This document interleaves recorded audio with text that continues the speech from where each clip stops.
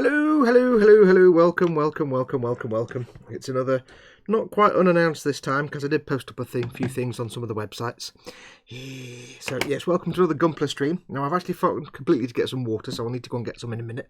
I set my timer going, I set my pre-roll going, and then I just started doing something, and it was like, oh crap, there's like 2 minutes to go. Oh, so yes, so it went a bit weird. But welcome, welcome. It's another sort of last minute, unannounced, slightly announced decal stream. As always, I've got 1 billion decals to go for the Sazabi. So let me put that over there.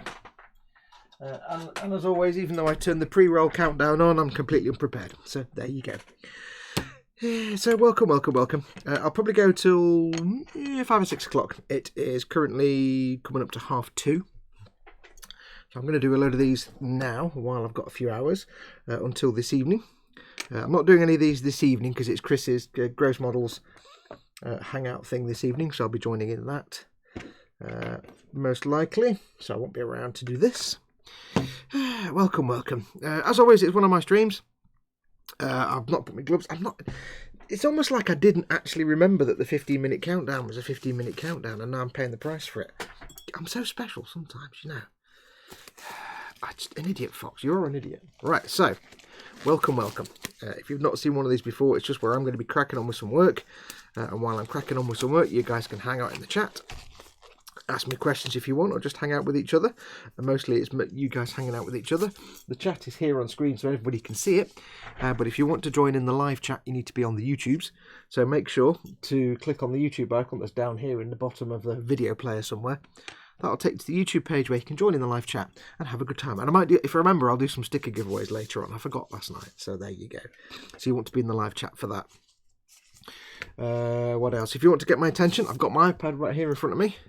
Guthorm there, just guarding it, because Guthorm likes to read the chat, don't you? You like to read the chat. Guthorm's guarding my iPad, so I can see the chat here. If you want to get my attention, put your question in big fat capital letters, so I have a chance to see it. However, if you really want to, you can do a super chat, which is a little dollar symbol at the bottom of the chat window. That puts it in a big coloured box, and you also get a little animation that pops up here in the corner. Then and a noise as well, so I have no way to miss your comment. Or you can, of course, just send me an email. fox@modelmakingguru.com is always on the screen. It's my email address. However, I'm less likely to get that than I am to see a comment here, right, so in front of me. So, yeah, do feel free to do super chat or capital letters. As always, usual stuff. Still got Stream Boss going. I need to sort out. I don't quite know why the graphics changed. It shouldn't be that big grey box. But as always, the Stream Boss battle thing is still going. Simon is the current stream boss. If you want to knock him off your throne and win up to 500 quid's worth of Games Workshop / Forge World stuff, you just need to do your super chats and tips. The tip jar, streamlabs.com/modelmakingguru. The bigger your tip, the bigger the super chat, the more of his health comes off. And if you get him to 0, you win the budget of all the money raised through the tips and super chats. And then you get to spend that money at Games Workshop and Forge World or Goblin Gaming. You tell me what you want and I order it for you. And when Simon won, he won 500 quid's worth of stuff. So yeah, of his choice. Big cup of tea, of course. Right, now I've not got anything prepared, so I didn't even do my things in chat. I have, of course, got my buttons, so it means I can do slap it on that. So yes, expect button action. Don't forget, of course, before we get going, a couple of quick shout outs that I'll put in chat as well. But don't forget, of course, this channel is supported by a number of different groups. First of all, my beautiful patrons, who I'll put the thing in the chat there if you want to become one. My patrons pay my bills. They are my main source of income, and I adore them deeply. This is a Patreon exclusive build, but these streams are open to everybody. The actual proper build video is patrons only. So if you want to see the actual proper build video for this Sazabi, do go pop along to patreon.com/modelmakingguru, just like it's in the chat there. Don't forget, of course, obviously, I am supported by emodels.co.uk. Where's the button? There. emodels.co.uk, your one-stop shop for your traditional model making needs. The UK's biggest supplier of Tamiya, many other things, and now Warhammer as well, coming up shortly, hopefully soon. But yes, the UK is one of the UK's leading and largest online model retailers. So hit them up, link in the description below. And of course, I can't see my I've got the wrong glasses. I can't see my buttons all the way over there. Hang on, let me just move my keyboard. There's a load of noise and wobble, sorry. And of course, Goblin Gaming, your one-stop shop for your tabletop gaming needs. Anything from Games Workshop, Malifaux, Conflict 47, board games, card games, all kinds of stuff with massive savings, 20% off Warhammer, Games Workshop stuff, and loads of others. Give them a shout as well. Do use the link for Goblin Gaming that's in the description below this video, rather than their normal web address, because if you use the link that's down there in the description, it tells them I sent you, and I make a little bit of income off that. So if you want to help support this channel, but maybe you don't want to become a patron, you can just use that Goblin Gaming link whenever you need to shop online at Goblin, and that will earn me a little bit of income. So thank you very much. And last of all, don't forget to join the Boom Hut, the Model Makers Boom Hut, the best Facebook group for model making there is. No bitch, no snark, no nastiness allowed. We don't allow it. Tools are removed quite quickly, so you have a nice, safe place to hang out and do your model making stuff. Right, let's have a quick look at who is in chat. Now, I don't expect a lot of people to come in today and watch. We've got 15 of you currently. I don't expect a lot of you because it is here in the UK. It's, like I said, 2:30 in the afternoon. Most people are at work, or many people are at work or at school, or at college or uni or wherever you are. So I don't expect a big turnout, although I do get the international guys and girls. But I think it's sleep time for a lot of them. But this is really just, I'm going to be doing these decals anyway. This is just, it's either sit and listen to podcasts while I work or do a live stream and give you guys something to listen to. So there you go. We have Jamie Bone was first in. Welcome, Jamie. And Chris at Gross Models, he'll be in but between customers because he's at work. Let's have a look. Nim is in as well. Nim's in, but she says, I'm not at work now because I did a stream last night and before we finished, she had to go off to work. So I said, I'm not at work now, but I do have to get some sleep. You still have bad timing. Yes, sorry. Fox, when are you going to build the best Space Marine vehicles ever, the motorbikes? Hopefully never, but I have to, so at some point. Jeff Longman, working with this running on the side. Love working from home. It's good, isn't it? I love it. It's brilliant. If you're ever able to work from home, do it. It's hard. I mean, this is what I do for a living, so it's not hard for me. But if I was doing like a job, like an officey job or something like that, and I was working from home, I've done it before. Doing a job from home is really quite tough because you have to motivate yourself to crack on with a boring, tedious admin job, whatever it is, whilst being surrounded by your video games console and your internet and coffee supply and food and the fridge, and yeah, it's really hard. But this isn't the same. This is I do this for my living, so this is just fun. So I have a great time. Christopher C says hello all. Welcome, Christopher C. George Gabriel says Decal Gundam. Dikaru Gundamu. Yes, Dikaru Gundamu. I do like the fact that the Japanese have so many English loanwords that it's kind of easy to sound Japanese by just adding a U on the end of a word. Great, I love it. George Gabriel says quite quickly. Decal Gundam quite quickly. Quite quickly? I don't know what that means. What do you mean? 6 minutes of public service announcement, says Jeff. Yeah, I've got to get all the blurb out of the way. Christopher C is at work in Ohio. Jamie Brown says, I'm super looking forward to that. I don't know if you mean the motorbikes. Yeah.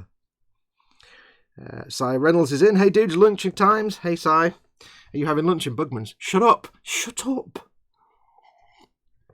Don't rub it in. Don't rub it in.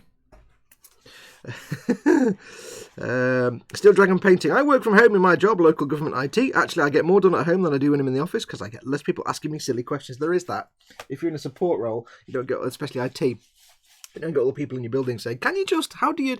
Shut up. Power cycle reset. There you go.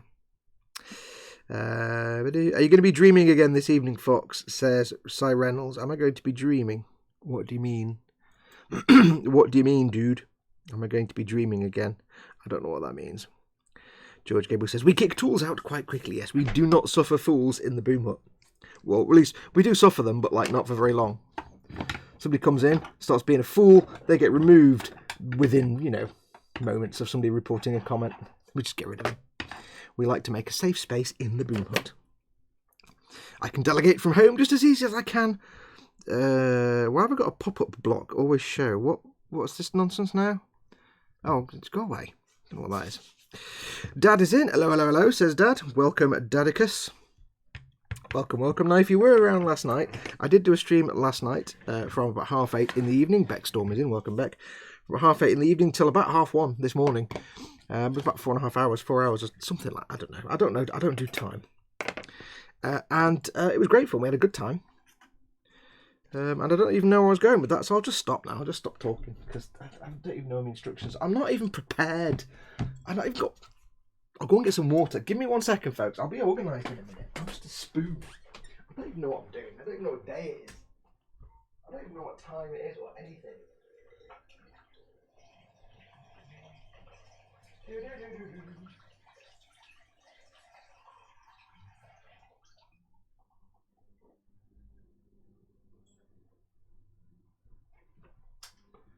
I'm not organised. I got water that's so hot it's burning my finger and it's all cloudy. Yeah, that was probably have to leave that for a few minutes. Oh yeah. So yeah, so I thought I'd do another one anyway. I've got decals to do, so let's crack on. Streaming, says Cy Reynolds. He says fracking autocorrect. Yes. Oh, you're going to be dreaming again this evening. You mean streaming? Well, I'm going to join Chris's. I'm hopefully going to join Chris's hangout later on tonight. That's what, 8 o'clock till 9. I'll see how it goes, because after doing this till tea time and then doing Chris's thing, I might have had enough. So we'll see. I might stream again this evening, but I don't know yet. I'll still have a trillion decals to do. Paul Di Tommaso is in. Hello, people. Welcome, Paul. Nim says, well, I looked at a bunch of boxes on my bike in a bad. Moving house is hard, but the good thing is that all of my models are packed up, safely wrapped up in bubble wrap. Yes, Nim's in the middle of moving house. Ooh, Wild Fox may appear tonight, says Chris. Yeah, I'll see how it goes. Depends what time I have my dinner and stuff, but I'll hopefully join him. I'll have everything set up. The camera's there and the microphone's there, and screw it, I'll just join in. Because I don't like joining people's streams when I've got nothing to be getting on with. I don't just like sitting there looking, because it's not me that I'm Mr. Comedy Jazz Hands. I don't do the looking at camera if I can avoid it. Apart from that, you know, a face like only a mother could love. So why would you want to look at my face anyway? Hello, something pinged. Don Johnson has subscribed. I'm gonna have the Miami Vice theme in my head now for an hour.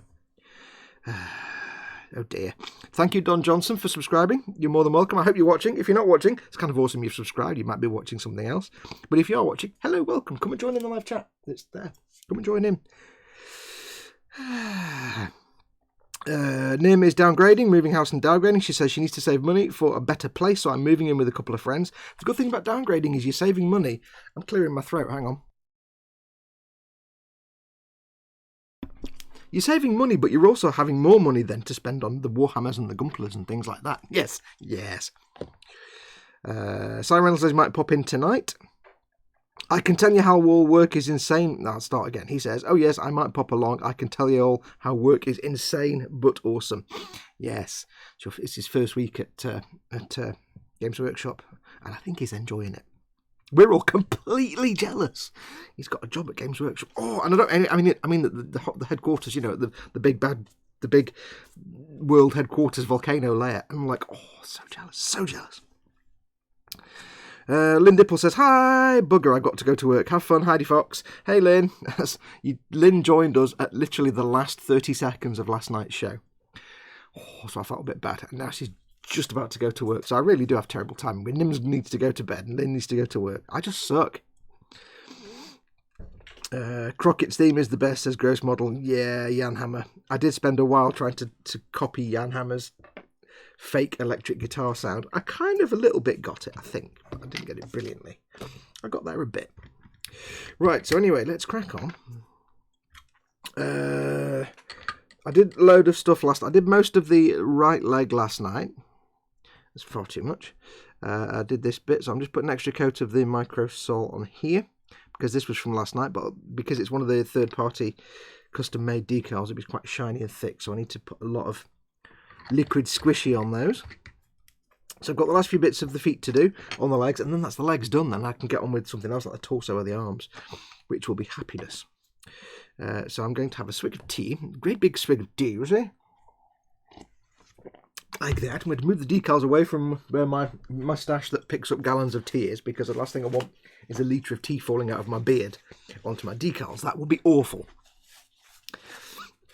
Question, when do you think this will be finished? Asks Chris at Gross Models. Christmas? Don't know, I'm not going to commit to that. That might be way too soon. Hopefully it'll be finished by, you know, before I die of old age, but I'm not going to commit to anything. No. Right, let's do some goddamn work. But take care, Lynn. I might see you later. You will see how long your day goes. Right, I need decal page. Where's the decal page? So I want to do the foot again, which is 105 and 106. We'll do them first. 105 and also 106. Yeah, that's, now I don't know. I moved the camera a bit from where it was last night, so do let me know if my head keeps getting in the way or anything like that. If you start seeing my head popping into shot like this, and that's all you can see, shout me. Let me know.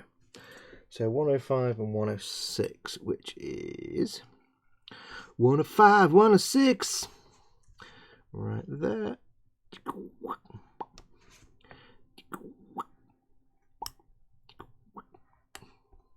Welcome, decals number 105 and also 106. I'll get the other foot out so I can remember which way they are lined up. We have 105 and 106. They need to go into the magic water of happiness. But I don't know why, but that very second I said the magic water of happiness, my brain went, I really need a pot noodle. I don't know why.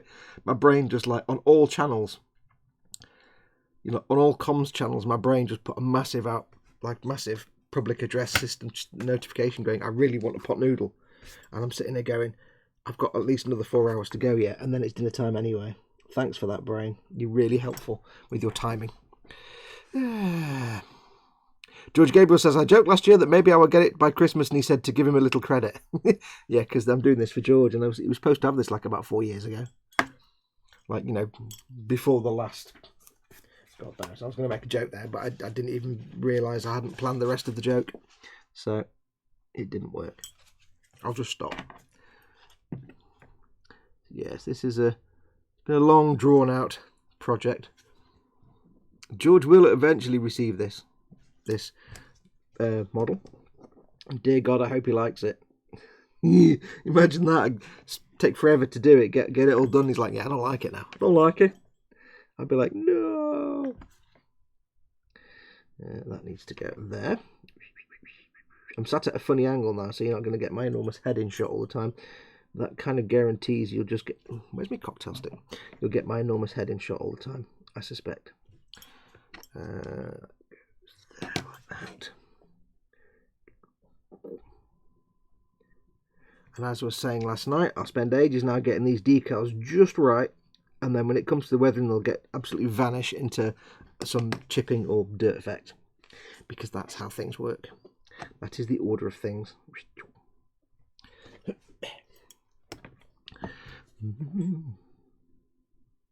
The bane of the model maker.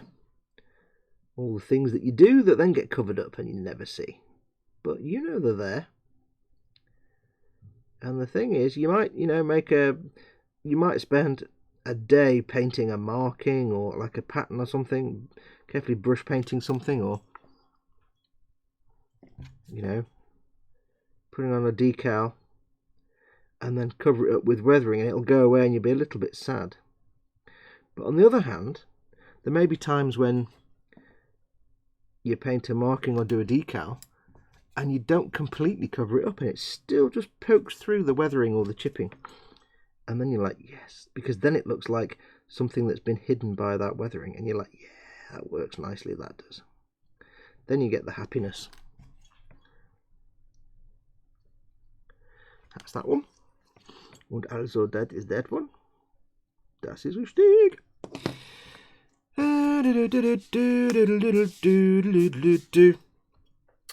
Let's do the next two, which are what are we doing? I got a run, got a meeting about a Citadel colour event on Saturday. See you this evening. Okay, take care, Si. See you later, mate. Nim says now to bed, then to work, but at least this Sunday is D&D Sunday. Cool. You want a shin cup, Fox? Spicy awesomeness. I've not got any in the cupboard. I'm out of shin cups. Jamie Bowen says this Gunpla would have been finished after the D'Agostini Millennium Falcon. Yes. Cheap shot, Jamie, says Nim. Yeah, but it's true. It is. It is. What am I doing? Which ones am I doing? I want 58 and no, I don't. Yeah, I want 60 and 61. 60 and also 61. One day I will get that falcon done. One day. But that'll be a day when I have a big studio to work in. So, yeah. Because while this is my workbench, it's not going to happen. If you're wondering, if there's anybody left out there that doesn't know why I never finished the D'Agostini Millennium Falcon past episode 6, it's purely because it's twice as wide as this desk. And this is the only workspace I've got. So, yeah, that never kind of happened. I realised that after I started did the cockpit tube. I was like, this is, I mean, at the minute, I'm kind of having worries about the X-Wing. I'm going to finish the X-Wing, but I'm kind of having concerns about the X-Wing, because if you didn't watch last night, I've received a couple of new issues of the X-Wing part work, and that's one of the wings. Yeah, that X-Wing is going to be a significant size, so yeah. I don't quite know how I'm going to fit that on this bench either, but I'll soldier on and I'll figure it out somehow. Nim says, oh, and before I completely go, so we're waiting. Complete that thought. I will convert my garage into a studio for you, George. That's very kind, but the commute would kill me. The commute would be death. Happy Halloween, and then lots of pumpkins and Halloween candies and cookies and chocolate from Nim. Happy Halloween, Nim. Enjoy your snooze. It does amuse me how outside the UK people take Halloween really seriously. Because here in the UK we don't really care. It's not really a festival of any relevance to us. I mean, we have kids come around doing trick or treat, but parents take the kids out a little bit. But for the majority, we don't do any. We don't care. So it's always fascinating when you see other people in other parts of the world going all out on it.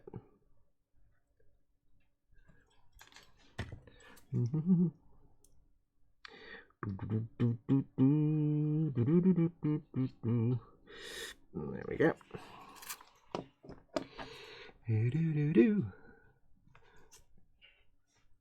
This one on this side. Sploot. Hopefully you can all see me and hear me okay, by the way. I should have asked that really right at the start, which would have been a bit better, but never mind. But yes, hopefully you can all see and hear me okay. That's upside down. You spoon. You foolish fool.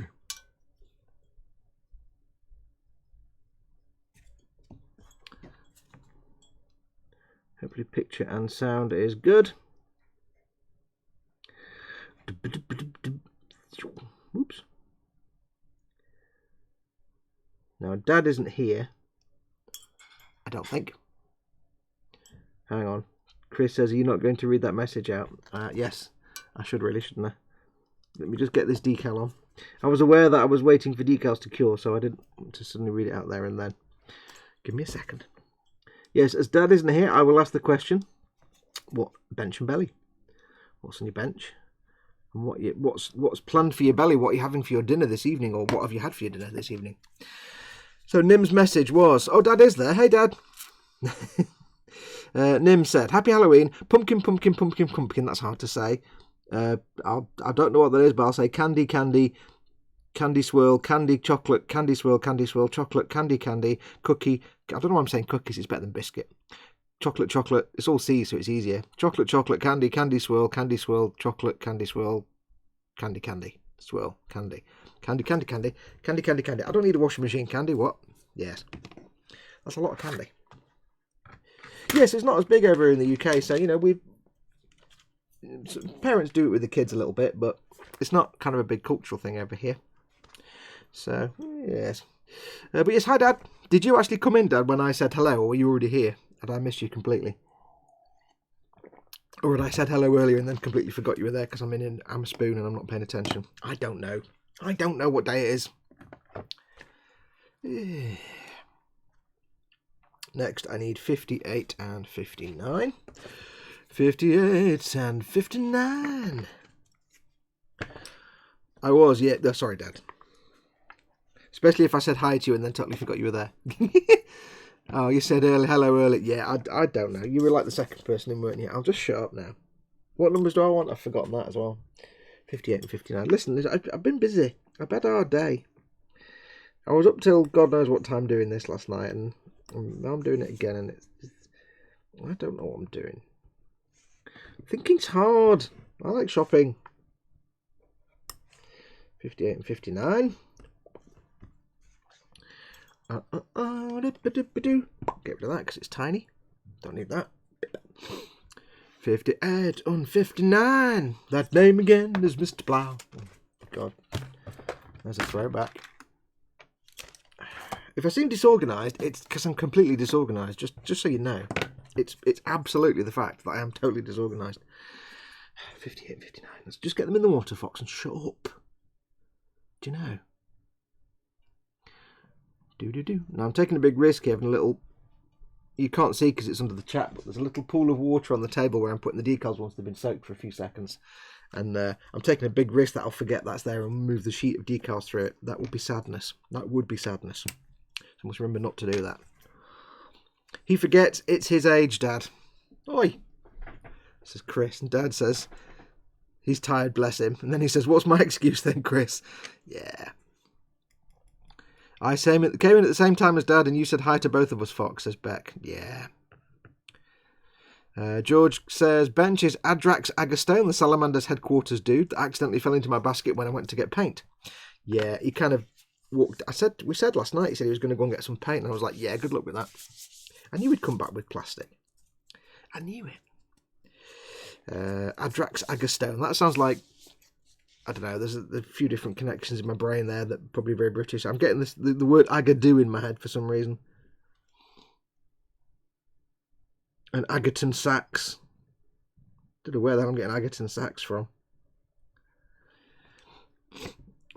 You lead a busy life, says Chris. And Dad says, lol. Dad does lead a busy life. Right, so let's let those decals soak for a minute. Swig of the tea.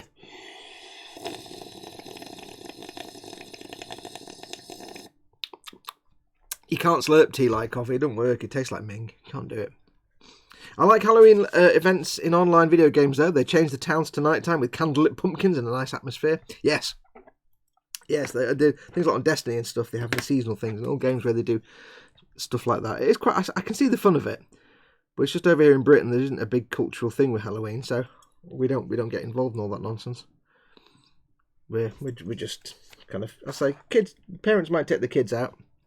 So some people might get, usually find that the people who have sweets and things to give away to kids are normally the parents with kids as well. So, which way is this going now? This is going the other way, that side.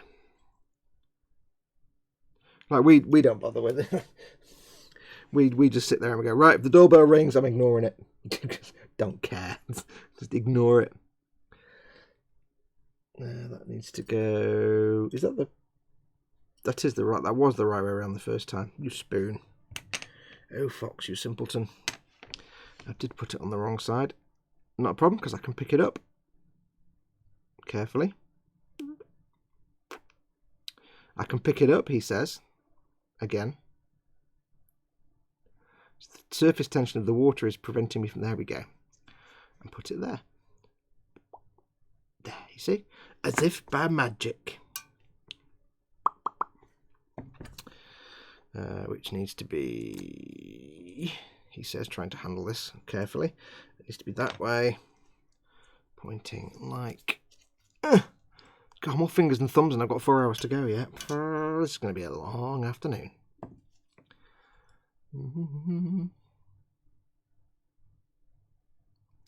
Get that there. If you're new to my streams, by the way, welcome. If you are watching and you've never watched one before, do join in the live chat. It's good fun. I'll do some sticker giveaways a bit later. So it's always worth being in the live chat because that's how you win. But do come and say hello. People in chat are really lovely. It's a friendly group in there. The mods will always look after you. I've always got at least 1 or 2 mods in and they'll always look after you. So come and say hello. Sit down, have a cup of coffee or a cup of tea and get yourself a biscuit and a nice bit of cake perhaps and just sit down and watch with your eyes on your face.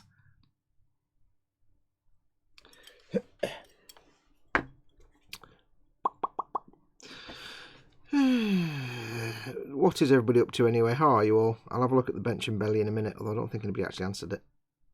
Because they got distracted with me forgetting that Dad existed, basically. Sorry, Dad.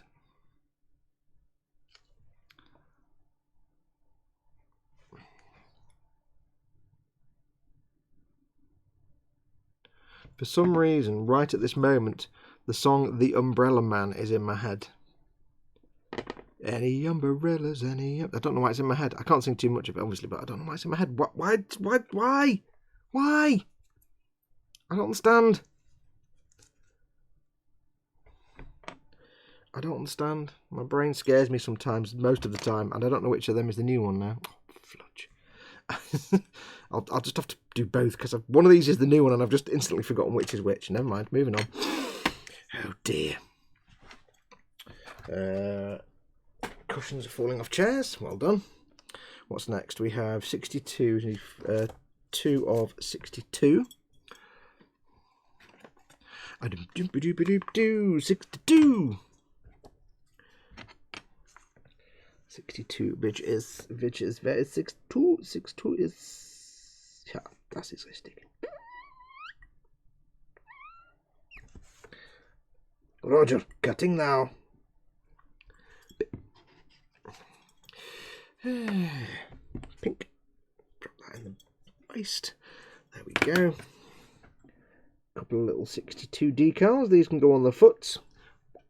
Put it in the water. Transfer it to the soaking area. And then we wait. And now we wait. Right, so what's chat's doing? Agadoo, are you looking for pineapples? Says Chris. Always. I'm always looking for pineapples. And I'm afraid, Chris, you have to put the colon at the start and end of the word because it just says colon pineapples. Your image failed miserably. Steel Dragon Painting. Welcome, Steel Dragon. Says someone must have been looking at Agrak Circa when they named that model. I suspect so. Yeah, then Chris says, damn it, because his little icon didn't work. Chris then says, ghost and pineapples. Ghost pineapple. Are you trying to be Ghost Lyle? Are you saying that you are actually Ghost Lyle? But I've seen you and him in the same chat room at the same time. Dad says, all the carers in the nursing home were dressed up today, frightening the crap out of me with my dodgy ticker. I have a dodgy ticker.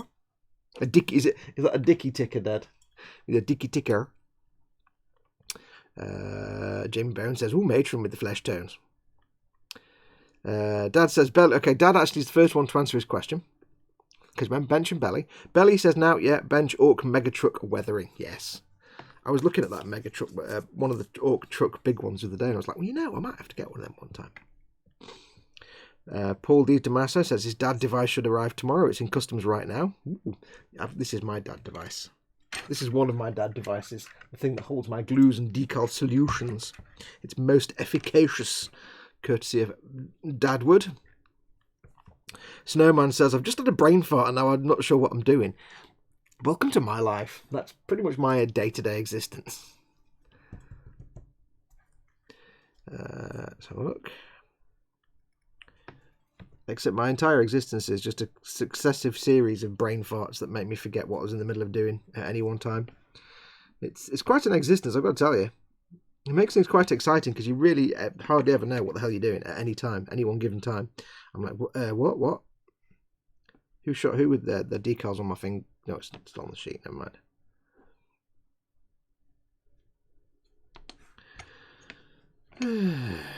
Get this little thing off here, like this, was it? That wasn't a good plan, was it, Fox? You spoon. That went wrong. That went wrong. Right, so I just need to refer to the previous incarnation to double check everything's lined up correctly. Yes, it's about there. Oops. A little bit of water. Little bit of water. Full candles. Full candles. Let's call him when you need him. Now I am doing this on bare paint, so they are being a little bit sticky and refusing to movie. But that's fine. It's not a problem. It's not a problem.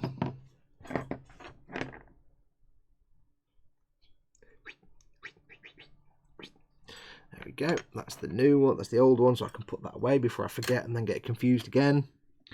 Because I will.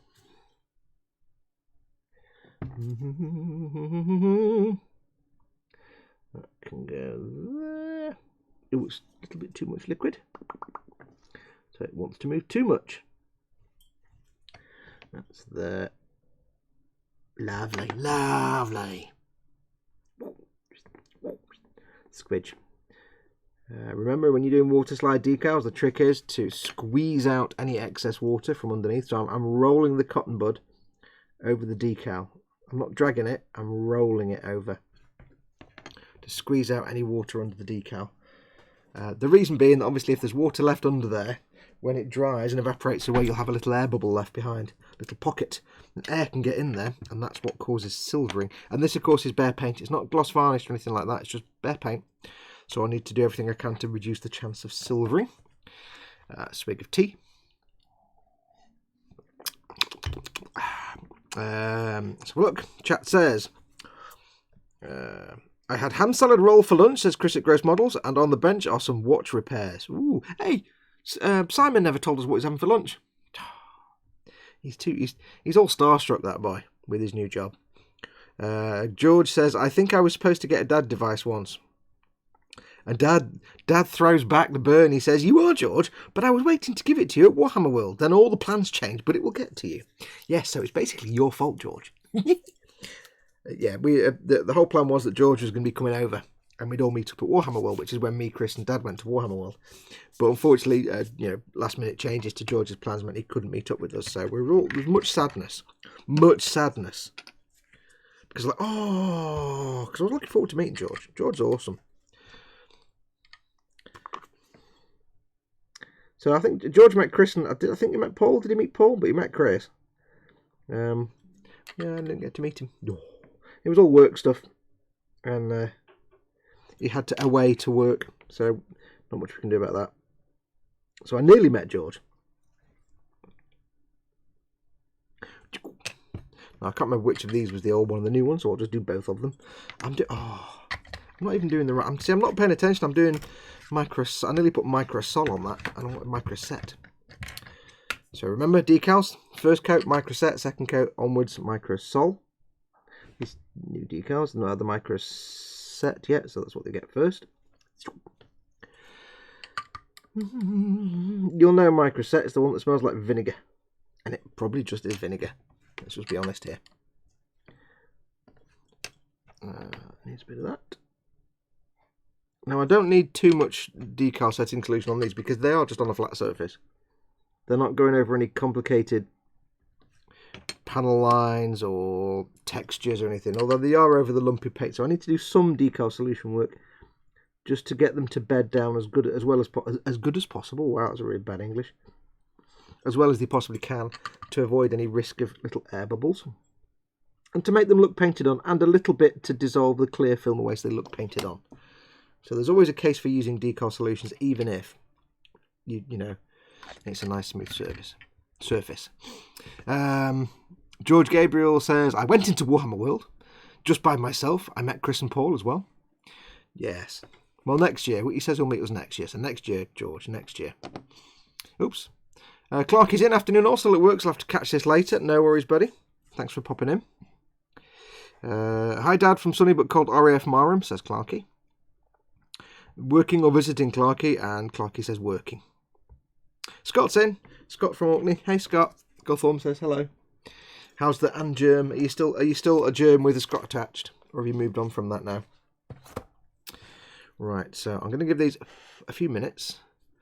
We'll give them a couple of coats of the goodness, and then we'll move on to the next thing. I don't want to start putting decals on the next bit just yet, because I want to not get confused between what needs microsol and microset and how many coats I put on. So I'm going to work on these for a minute, and then we'll start the next bit.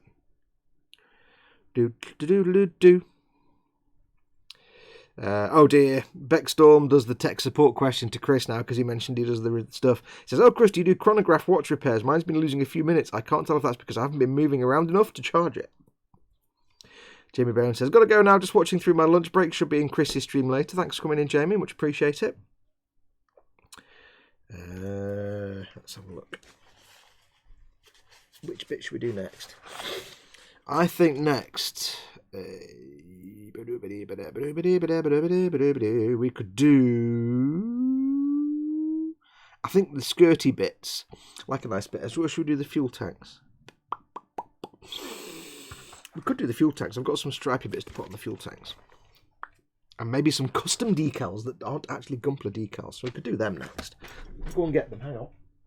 Fuel tanks. They are here somewhere. I don't know where fuel tanks. There they are. They're in a special place. Go into outer space to find a special place. There we go. Plus all the skirt armour. So I'll put that there for a second. You stay there. How you doing, Ted? Slap it on. Good, just checking. Just making sure he's still with us. Let's put them there for a minute, out of the way. Out the way. Now, what I need to do while I'm waiting for those layers of decal solution to set is I can have a bit of a rummage through my collection of Ted decals, because you don't know what that is. Yeah, I don't know where that came from. Because I want to. I know somewhere I've got a very specific. There we go. I think that's what I'm after. I have many decal sets and spare decals and things. I've got decals for the I can never say this without sounding like Todd from Hobbylink Japan, but Kimaris Trooper. I don't know why the way he said that stuck. So whenever I see a Kimaris Trooper, it's like a Kimaris Trooper. There's lots of decal. Don't need those that I know of. So what I want is, Kevin Sharman says, "Good day. Please make a still action movie with your Gunpla. It would be great to watch." It would be, but I don't make them posable. I make them fixed pose, I'm afraid. So yeah, they don't go anywhere. Also, I don't have time. That's a big job. That's months of work. Right, what have we got? Now, if you don't know what I'm doing here, if you're not familiar with this, this is a two style build. It's for George, who's in chat. It's a build for him. George likes him. Overwatch. He loves Overwatch, and he likes Shanghai Dragons, which is why, for example, the livery on this is Shanghai Dragons livery. Because this is going to be painted up to look a bit like Diva's mech. And it's going to be designed to be in a little diorama to look like a 20-foot tall mech rather than the actual Sazabi. So it's going to be in the Diva's mech colours. It's going to be reds and yellows, but it's also just for fun, because when we sort of came up with all this, Shanghai Dragons were still terrible. It was going to all be beaten up and battered and, you know, well worn. So I'm also going to do it in a Borderlands paint scheme, as in painting, not paint scheme, but painting style. So we've got some black and white checkering, and we're going to have lots of ink outlining. So it's going to have a mixture of Borderlands and Overwatch. And what I fancied doing was, on the fuel tanks, I've got some, like, I had the truck stop kit from Italeri, so I've got some truck stop stuff. So I've got some, like, things that you get on trucks. So I'm going to put some of these on the fuel tanks just to make them interesting. But just for fun, and little Easter eggs. Because, like, if you look at Diva's mech, it's got little markings on it, like different things. So I'm going to put some. The only thing I really got is like these little sort of truck things, like Scania and Fern schnell gut. I don't know what that means. Don't go fast. Something fast, good. So I'm going to put little things on just to make it look interesting. So it's not just the Sazabi. And like somebody looking at this who drives trucks would be like, "Why has it got TIR on it?" Or long vehicle. That'll do. I can put that on one of the fuel tanks. Long vehicle, just for fun. If you don't mind that, George, that's what I'm thinking. Just for fun. You know, I've got some license plate decals, so I could stick them on as if they've been collected and stuck on the side. And then when I come to painting it at the end, I can do an outline around the decal to make it look like it's actually a solid decal. Kevin Charmer is crying, but I don't know why. Oh, I see what you mean. Yes, the still action thing. I'm not an animator, and they're all fixed pose, I'm afraid. Beck Storm says, "My Red Transformer build part 1. Paul Di Tommaso says, oh, Fox, the wife found puffin cereal at the supermarket. Yeah, Guthorm will have something like cereal. Oh, wait, hang on, let me just cover his ears. You mean cereal made from puffins? Yes, that's different. You didn't need to hear that, Guthorm, don't worry about it. Let's have a look. Slightly more man than germ today, Fox, says Scott. Cool. Yeah, so I plan on using some of these truck decals, just for fun. I won't put international truck on there because that's a bit obvious. But like keep distance might be quite good. So I might use that. Keep distance. I like the turbo one. That's a Renault thing, but that 388 PK37, that just looks generic. I don't know what that means, but that looked quite good on it. We have got these country ones. Italian truck, what have we got? Italian, Holland, Belgium, International, and German.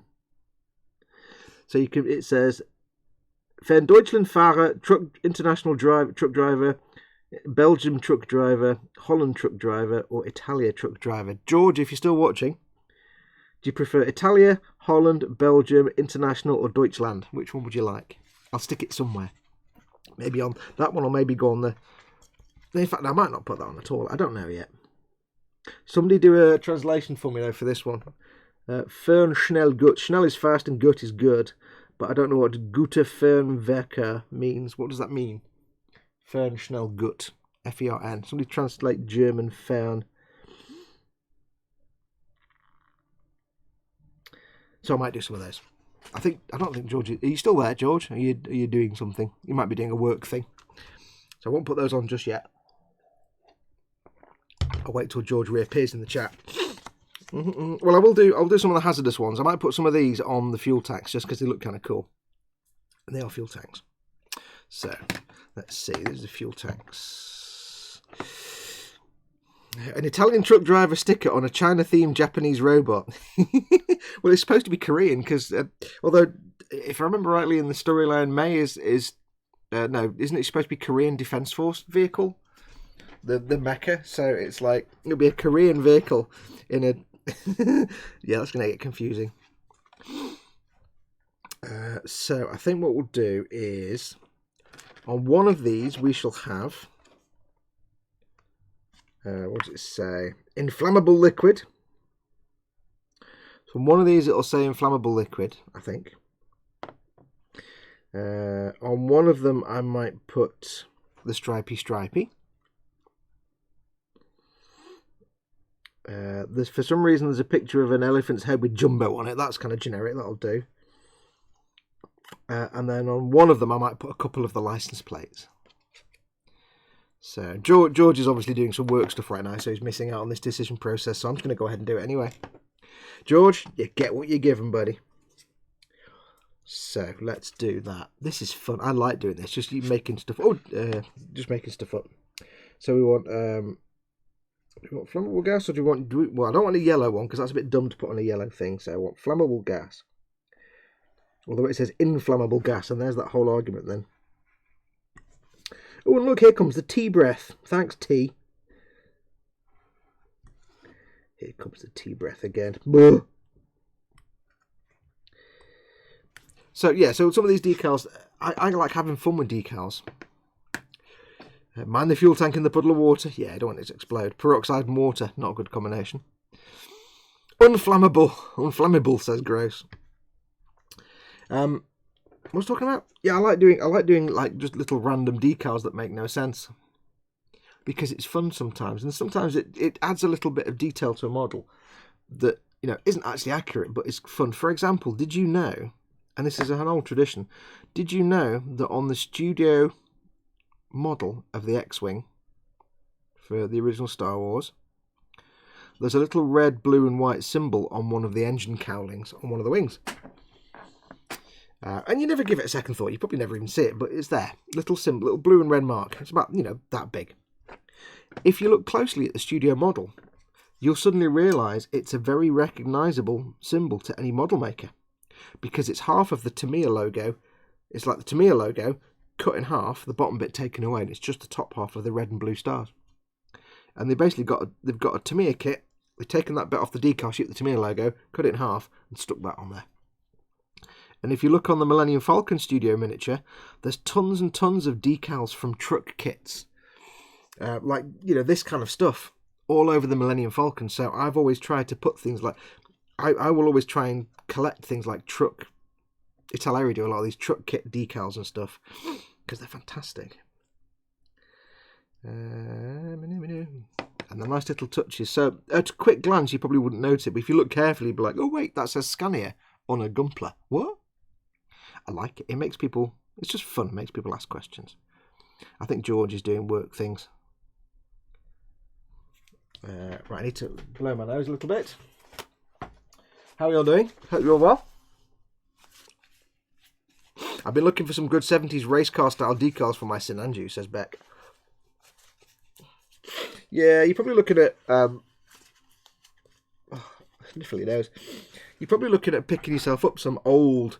If you go on eBay or anywhere, or even like model shows, there'll be people selling old, like crappy AMT kits from like the 70s of race cars and stuff, and they're worth picking up like for a few £, just for the sake of having some decals. They'll be terrible decals.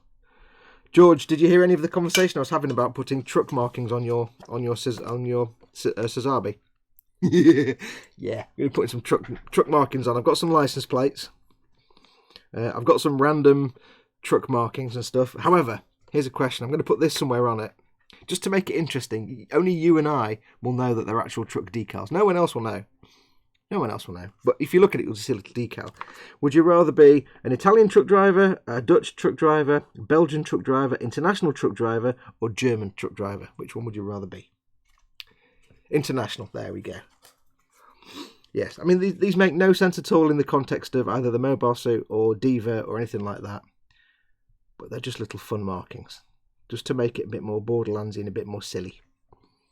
It's a Korean mech, I guess. Yeah, we haven't got... Yeah, that's true. Right, well, these are Atelier decals, so they do take approximately half of your actual natural life to remove themselves from the backing paper. I might not do that truck driver banner. I don't know yet, because it's a bit weird. It's kind of in the style of silliness that Diva's got little markings. If I thought about it properly when I started all this, I would have actually sorted out some Diva markings, but as well as the Shanghai Dragons. But, you know, hey, are you going to come off at all, ever? Yes, Italeri, there you go. Edward Leonard, good morning. My email keeps putting my YouTube notifications in my junk folder. Lol. You need to go into your filters, Edward. If you're in Google Mail, you need to go and set up a filter so that anything like that gets put into, just gets labelled but doesn't go into a junk folder. It's because there's a link in the email, and you may have your spam filter in your email set to get rid of anything with a link, with a hyperlink. Do we even say hyperlink anymore? Is that even a thing people say? Hyperlink? I'm sure it's not. I'm sure nobody actually says hyperlink anymore. Let's have a think now. Where do I want to put this? At the bottom or the top? I think I'll put it above, because then it's a bit too big to go underneath at the bottom. So I think if there's any of the stripiness that's a bit egregious that I need to cover up, don't think so. But I do have... I'll put it there, I think. Oops. A-doo-doo-doo-doo-doo-doo-doo. She has sponsorship ones all over her spandex, so it makes sense. That's the kind of thing I was thinking, you see. Just little weird random decals and stuff. Now, obviously, I don't have all the ones that she actually has in real life, but I've got, you know, little ones. They'll all be it'll be kind of a weird thing of trucking related. I feel like I ripped my glove. They'll all be kind of like weird trucking related markings, but hey, you know, it's all gravy. It's all gravy. Nobody will really actually see them anyway, because they won't get that close. It'll be the kind of thing that you know, and only somebody who gets really close will know. I think that's enormous and silly and works quite well. Keeping in mind the Borderlands style. Because it is going to have little sort of things on it. So I'm kind of doing a hodgepodge of the sort of idea behind Diva's mech, but also with the Borderlands lilt. So as I say, if I thought about it properly, I could have got some of the markings that Diva has on her mech reproduced, and some Borderlands stuff, like, you know, the gun manufacturer markings and stuff. But hey, it's still going to be cool. It's not quite straight. Gosh darn it.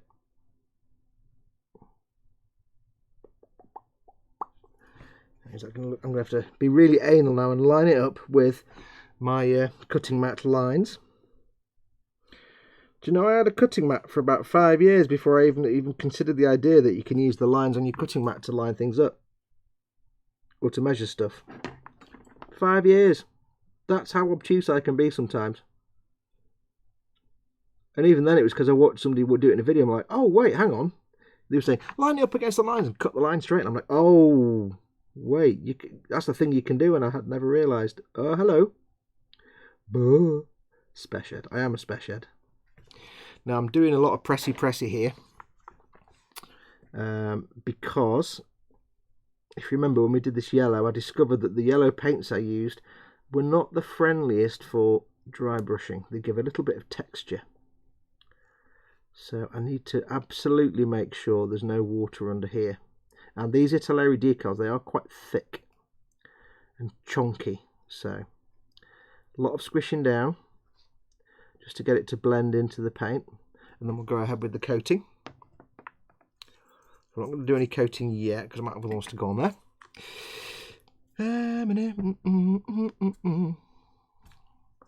Are you looking forward to Overwatch 2, by the way, George? Asked Beck, and he says yes, he's excited. It'll be squared away quite well behind glass, says George. Oh, cool. So people will see markings, but they won't necessarily see what they are. So that's that one. Let's do one on this one. We shall do...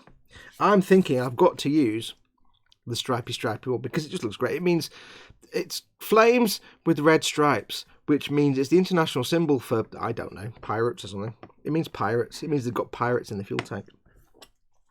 Well, they were going to put a tiger in the tank, but that's a lot more dangerous than just putting pirates in the tank, so... Arr, pirates in your tank. Arr. So we'll get another one of these.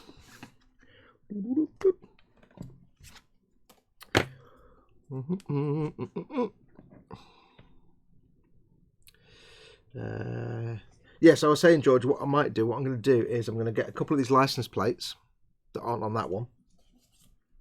A couple of these license plates and apply them liberally to some part of the bodywork somewhere, but have them slightly crossing over, and then if I can, I'll go around them with an outline so it looks like an actual license plate that's been just, you know, jammed onto the bodywork in the Borderlands style.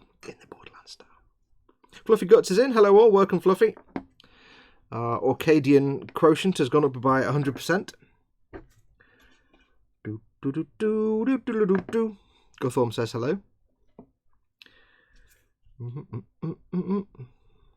I was thinking now I should really do a little icon. I should do a little sort of picture of Guthorm, draw a little cartoon of Guthorm so I can have him in the actual title cards for things like live streams, because he's always there.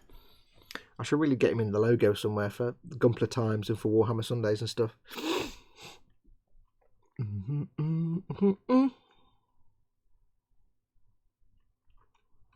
There's an Overwatch conversation going on in chat that I know nothing about.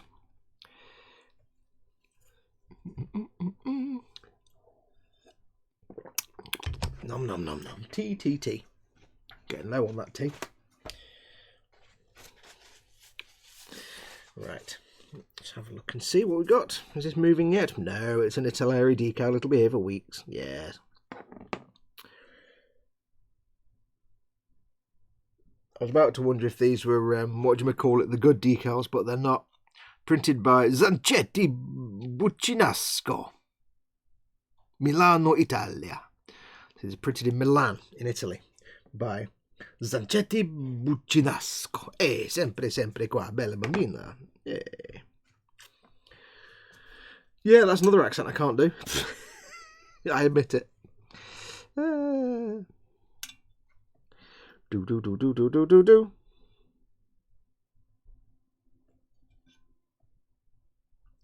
I'm waiting for this decal now, and it's putting me into radio silence moments where I can't think of anything to talk about.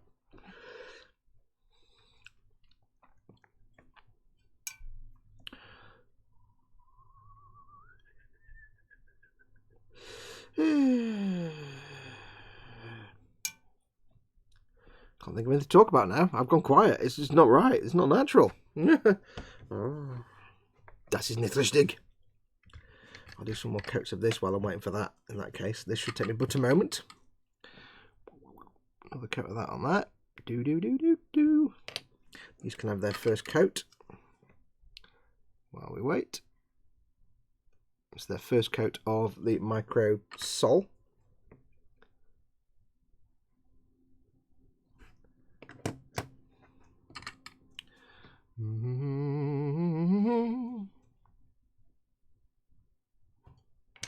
Quite bad at the minute. There's so many games I want to play, but there's just not enough time for me to play any of them. It's like I got Borderlands 3 and I've played about 6 or 7, about 10 hours of it, and then I've stopped because I went back to playing Destiny 2 for a bit because new stuff came out. I'm like, brilliant. But then there's also Elite Dangerous that I love playing, that I need to play, and then there's also the Outer Lands, Outer Hebrides, the Outer Worlds, whatever it's called, that's just come out. And I'm like, there's no point me getting that. I really want to play it, but there's no point me getting it because I'm not going to get anywhere near it forever. So, yeah, so I'm a bit out of loop with the gaming at the moment. Talk about food, says George. Food. Afternoon, Fox and Friends, says a Terrace. Welcome, a Terrace. What's the best Halloween candy? Go, says George. Don't know. Treacle toffee, which isn't really Halloween. It's more bonfire night. But it's kind of treacle toffee at this time of year. I don't know if that's normal. I don't know. We don't do it, you see. That's the thing. We don't really do Halloween. So we don't have Halloween candy, really. We're just kind of a bit rubbish over here in the UK for that kind of nonsense. But I would say if you're a kid, the best Halloween candy is anything that's free. Yeah, because it's free.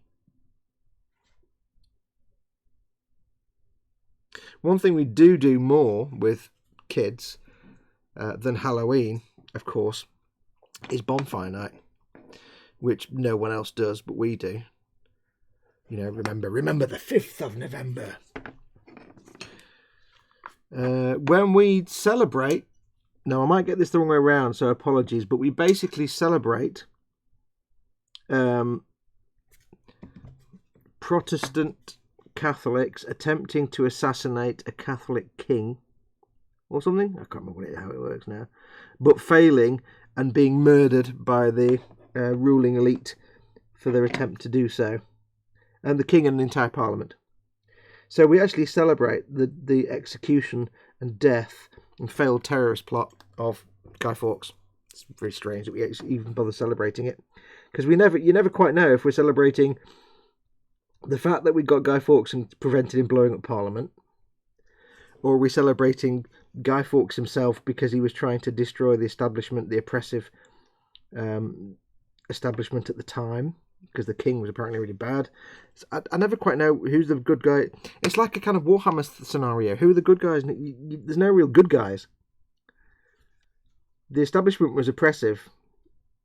The whole gunpowder plot was an attempt to remove the oppressive government from power and restore whatever it was they wanted. Like remove the monarchy and maybe go for a republic. I don't know what the plan, I can't remember. But it was still terrorism. And it's like, this is like Warhammer level greyness. There's no good guys. Everybody's a bad guy. What are we celebrating? But really, for kids, it's just, you have a bonfire, you have baked potatoes, you throw in the bonfire in the foil, you have treacle toffee and the fireworks, and everybody has a good time, and that's it. Nobody really cares about the actual reason we have bonfire night. Not anymore. Oops. Not anymore. Is that straight or is that not straight? That is Madre Facuros. Not straight. I hate when that happens. It looks straight, so you squish it down and then it's suddenly not straight. Gosh darn it. Is it still movable or is it now bedded down completely? Oh no, there we go. It's still movable just about. The one good thing about these Italeri decals, they may be thick as card and therefore take a while to come off the sheet, but by the same token, in being thick as card, you can proper manhandle them and they'll take any abuse. Not quite straight. If you look from down there, almost. Yes, perfecto, perfect. I think No, is that one straight? I'm going to have a bit of a crisis now, aren't I? Yes, that one is straight enough. This one is made more difficult because this one actually has the stripy stripes. The other one didn't, so it's like, oh, you can't not get this one straight. Because you look like a right spoon. Is that moved already? No, it's fine. Might have moved a bit. It's actually not as firm down as you think. Right. It's going to be awkward now, this one.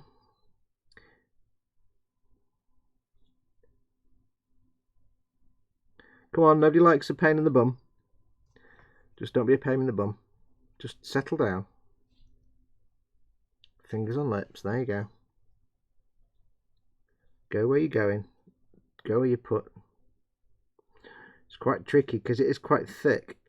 It wants to glide off across the surface every time you push it down anywhere, which means it keeps going out of line. You're out of line. So I've got to be quite slow and careful and gently squish it into the surface. But I do need to get any texture, any water out. And you won't see it on camera here, but I can see that it's got this little slightly dimpled texture because of the paint underneath. It's got that kind of slightly leathery texture, which is fascinating. So if you want to do any blending, you know, I've done my video about how to do post shading without having an airbrush. If you want to do it with Citadel acrylic paints, don't do it with yellows. It doesn't work very well. At least not on big things anyway. There we go. Reese's Pieces, says Paul Di Tommaso. I've had some Reese's Pieces. They weren't that nice. I'm not a big fan of peanut, really.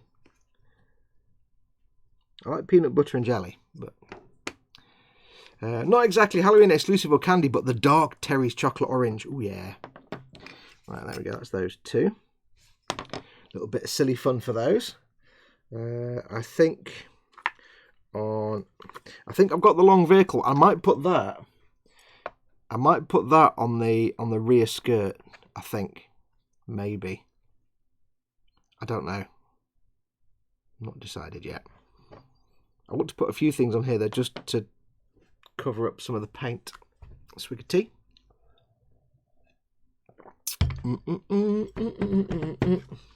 I like these. 388 PK, 375 PK, 280 PK. I don't know what that means, but I quite like it. Can I put anything else on here? I've got some proper decals to put on these things anyway, so I'll do those first. Let's do them first, then find out what space we've got left.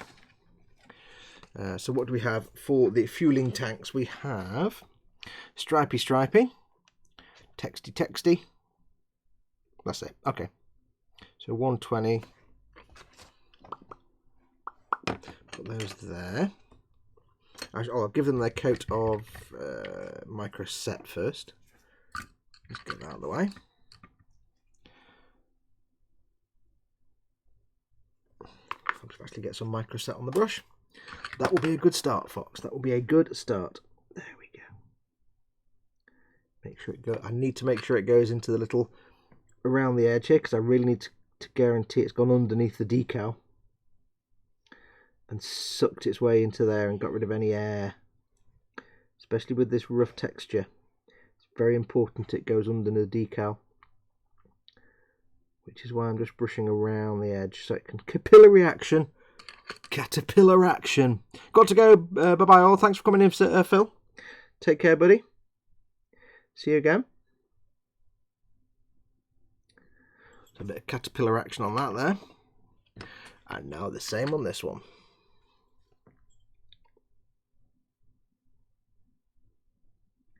Do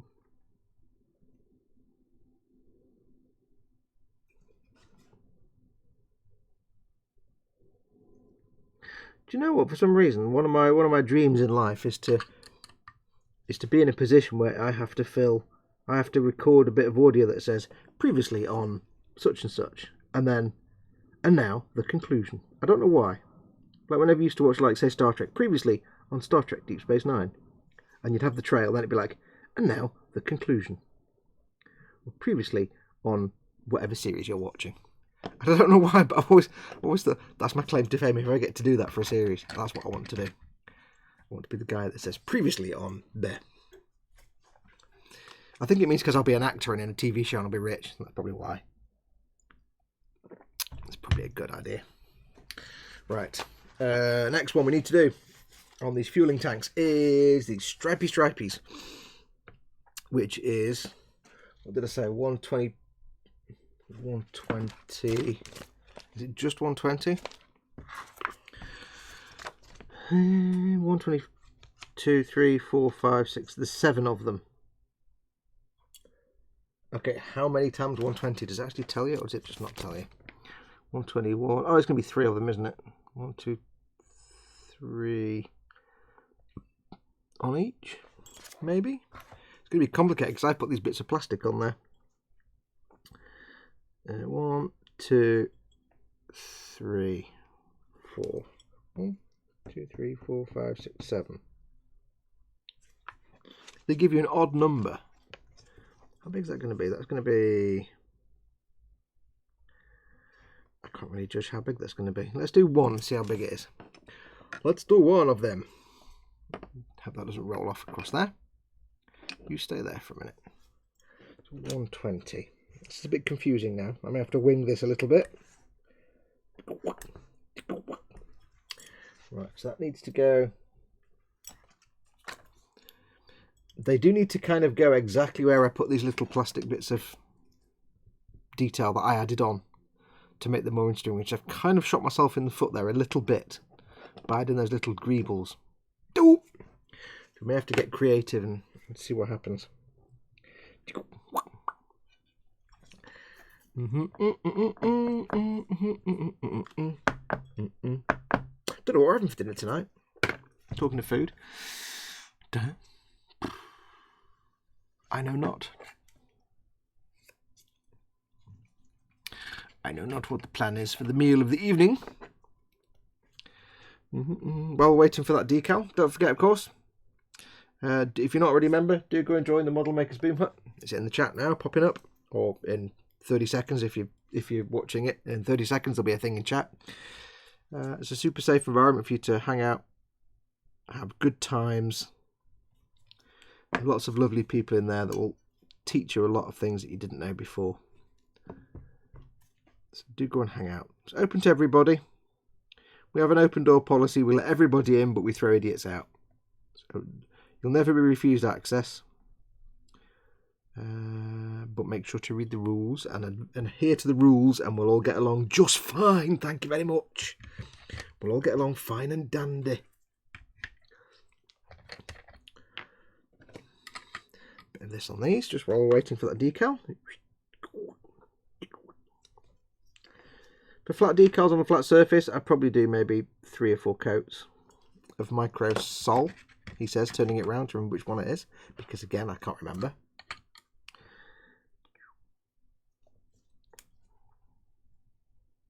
Ribbed or ridged or textured surfaces, more coats, obviously.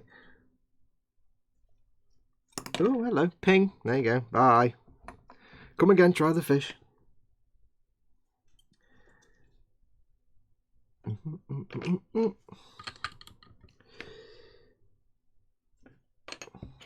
be with you in a moment, chaps and chapesses.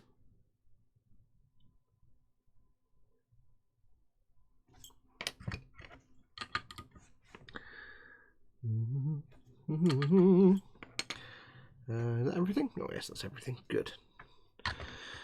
Right. Chat seems to have stopped. We've got 20 of you watching, so welcome to all of you. If you're not in chat, dive in. I know you can see the chat there. If you're watching this where you can't see the chat, if you're on a mobile device, the chat might just be down here underneath the video. So scroll up a little bit, you might see the chat down there. I didn't realise that until I happened to be on my iPad and was like, oh, the chat's underneath. So it might just be down a bit. Scroll down. But if you're watching this embedded somewhere like Facebook or Twitter or somewhere, then click the YouTube icon that's down in the bottom right hand corner down here under the player, and that will take you to the can't get my words out. That'll take you to the YouTube page where you can actually join in the live chat if you're able to. I know you might not be able to, but you know, you never know. Right, so let's see how this thing goes on, because I'm not really sure. They don't make it explicitly clear. And also I've added bits to the thing, which is a bit of a dumb move, but never mind. So this needs to go on here. Put a bit of water on there so it's not quite so dry.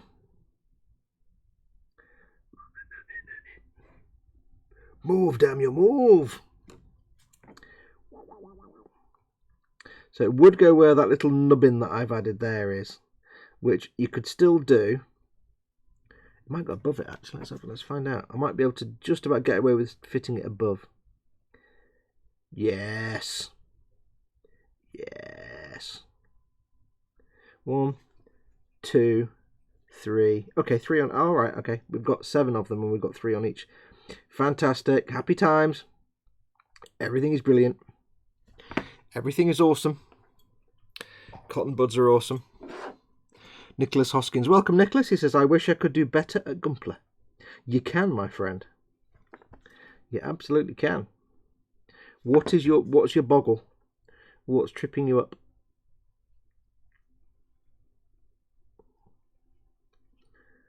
But you absolutely can. Like I say in the Who is Model Making Guru video on my channel, I fully believe that anyone can do what I do. Anyone can do what I do, and that's why I do. That's why my channel exists, so that I can show you how I do stuff, in the hope that maybe that will help you do stuff.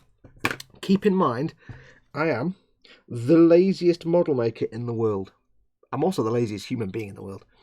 I am genetically lazy. So I will always do everything in my power to find the easiest way to do anything. The easiest, lowest effort way to do something. Not because I'm rubbish. Not because I'm just honest and say I am lazy. I get bored very easily.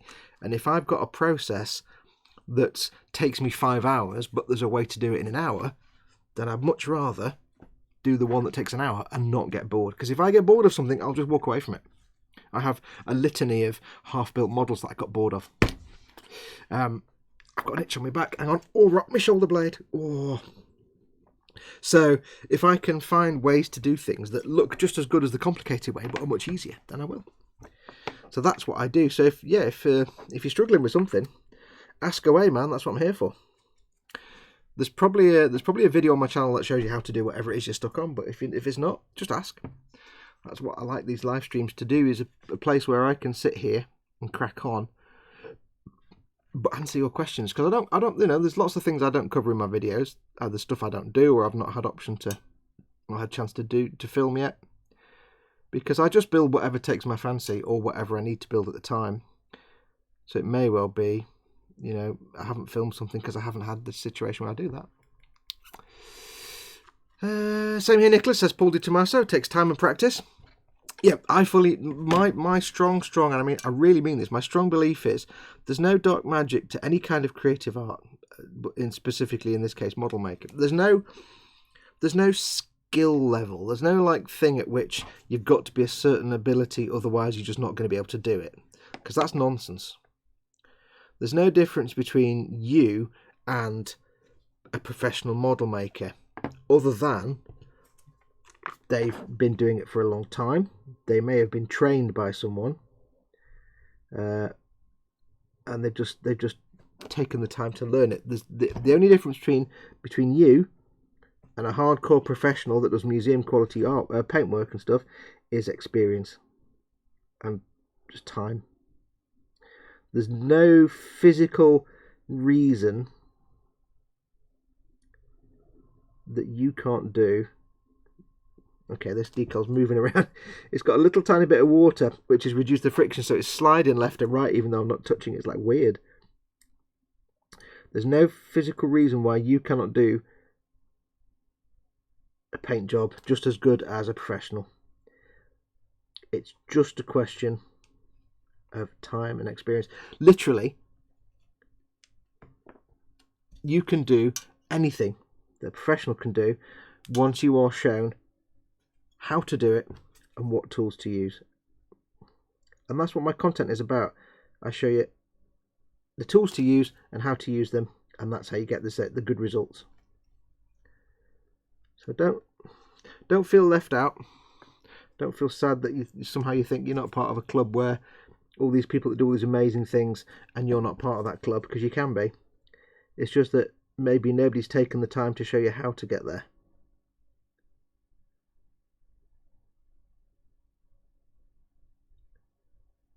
It's like people think that airbrushing is some really mysterious dark art that requires a degree in God knows what, and that's rubbish. I could put an airbrush in the hands of anybody, and as long as they were shown how to use it and it was explained properly, they'd be perfectly fine with it.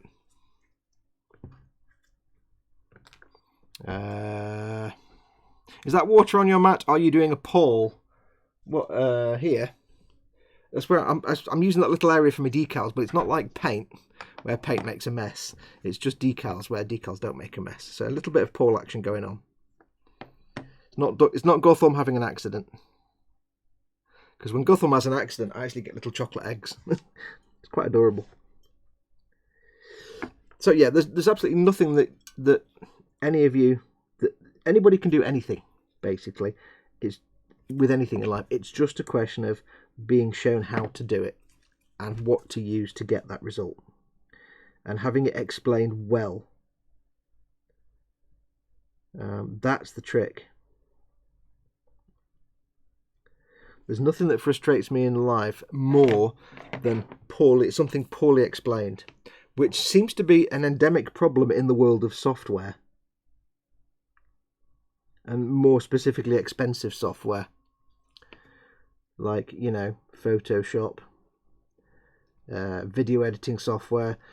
It seems to be the case that for anything to do with video production, video editing, nothing is ever explained. And it's really frustrating. It's like the stuff I use, Movavi, the one I use, Movavi. It's really good. It's not cheap, but it's good software. But all the links to the help files, they're all out of date, and they're like 5 versions behind and no longer relevant, because that's not what the menu looks like anymore, and also those options don't exist. And it's so many ways that happens. Other software I've got, it's the same thing. They do all the help files, and then they upgrade the software, and then it never changes. And it's like, ugh. So your software is always a nightmare. But that's what I try and do. I try and explain stuff. I try and get these decals lined up, and it's doing my beaning because it's lined up at one end and not the other. God damn.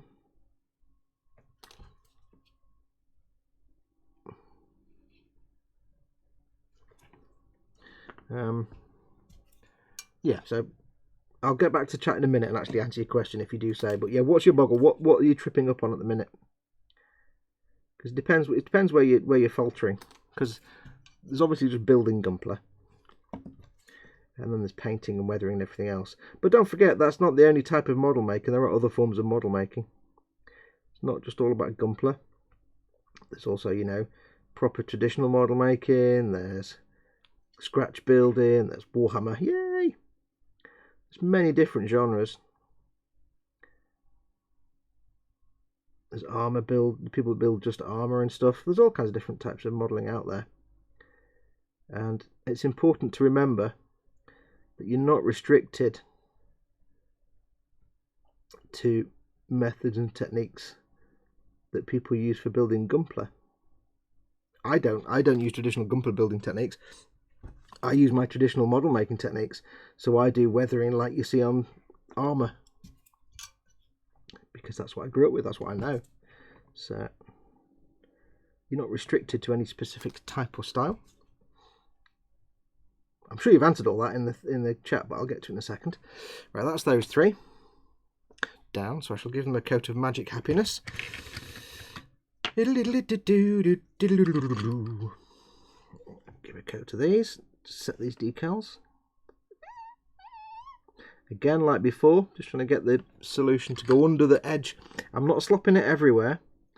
I'm applying it in a line that's a slight bit, little tiny bit wider than the decal, just so it has the chance to zip under the edge and suction in by capillary action and start to pull the decal down to the paint surface.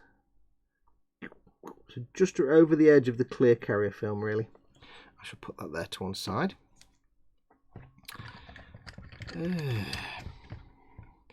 Lewis Williamson says, afternoon all, sorry I'm late, just got to my last delivery on the Isle of Sheppey. Oh, you're not that far from Scott then. Well, you are that far, but you're not that far.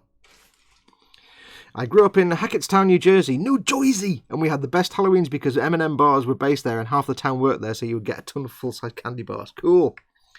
Beck Storm says, greetings citizen, what seems to be your boggle?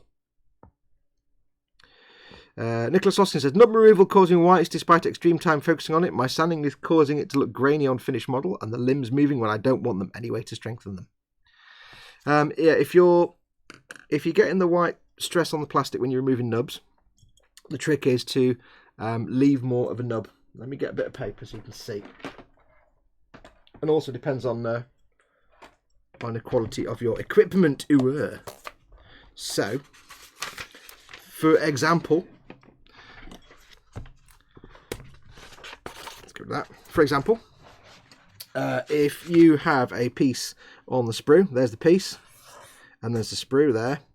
Don't cut it here, cut it there. So you end up with a piece with a little bit of a nub sticking up like that. And then you can trim it a little bit with your nippers, but you want to still leave a little microscopic fine sort of little bit like that, just enough, because the reason you get that white mark is because the plastic is being tensed or stretched or stressed, and that's because of your nippers. You need some good quality nippers. But if that notwithstanding, cut it away from the piece, and when you get to a little tiny bit left, you can sand it away. But the trick with sanding, if you want a smooth surface, is to get multiple different grades and grits of sanding paper or sanding sponges. So when I do sanding, I've got it depends. If you're not painting a Gunpla, you're actually setting yourself up for a fall there, because if you don't paint Gunpla, it's a lot more difficult to make them look good than if you do paint them. So I've got, when I do my sanding, I've got let's have a look, several grits of sanding sponges. I've got different grades. I've got files. There's some files here. The trick with sanding is to go from rough, like a file. You start rough and you work your way up from rough to less rough to smoother again to like buffing and polishing. Because what you do is, let me move that out of the way. What you're actually doing when you're sanding, the first, if I can get this drawer back in there now, it won't fit now. Oh, it won't fit. Hang on. The first thing you do, like say it's with a file or with a very rough piece of sandpaper, and this is like your 80 grit, 100 grit, 120 grit. The first sanding stage is to remove, let's say you've got a little nub like that. Let's say that's like a millimeter long, for example. The first stage is the rough sanding, and that just gets rid of that. It takes that away. But what you're left with is, on your piece of plastic there, you're left with all the sanding marks that you put in. You can't see that, can you? All the sanding marks that you put in when you use the rough sanding method. So what you do is, you've got rid of the nub with the first rough sanding coat application. You've now got these rough sanding marks.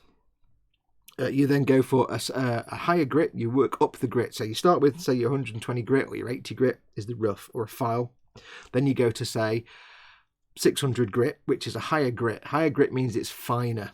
And you just sand over that area. And what you do is, with the finer grit, you're taking away all these sanding marks and sanding them out.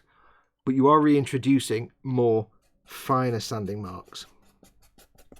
So you're getting rid of the big peaks and troughs, but you're sanding them away with more peaks and troughs, but smaller, because it's a finer grit, it's a softer paper.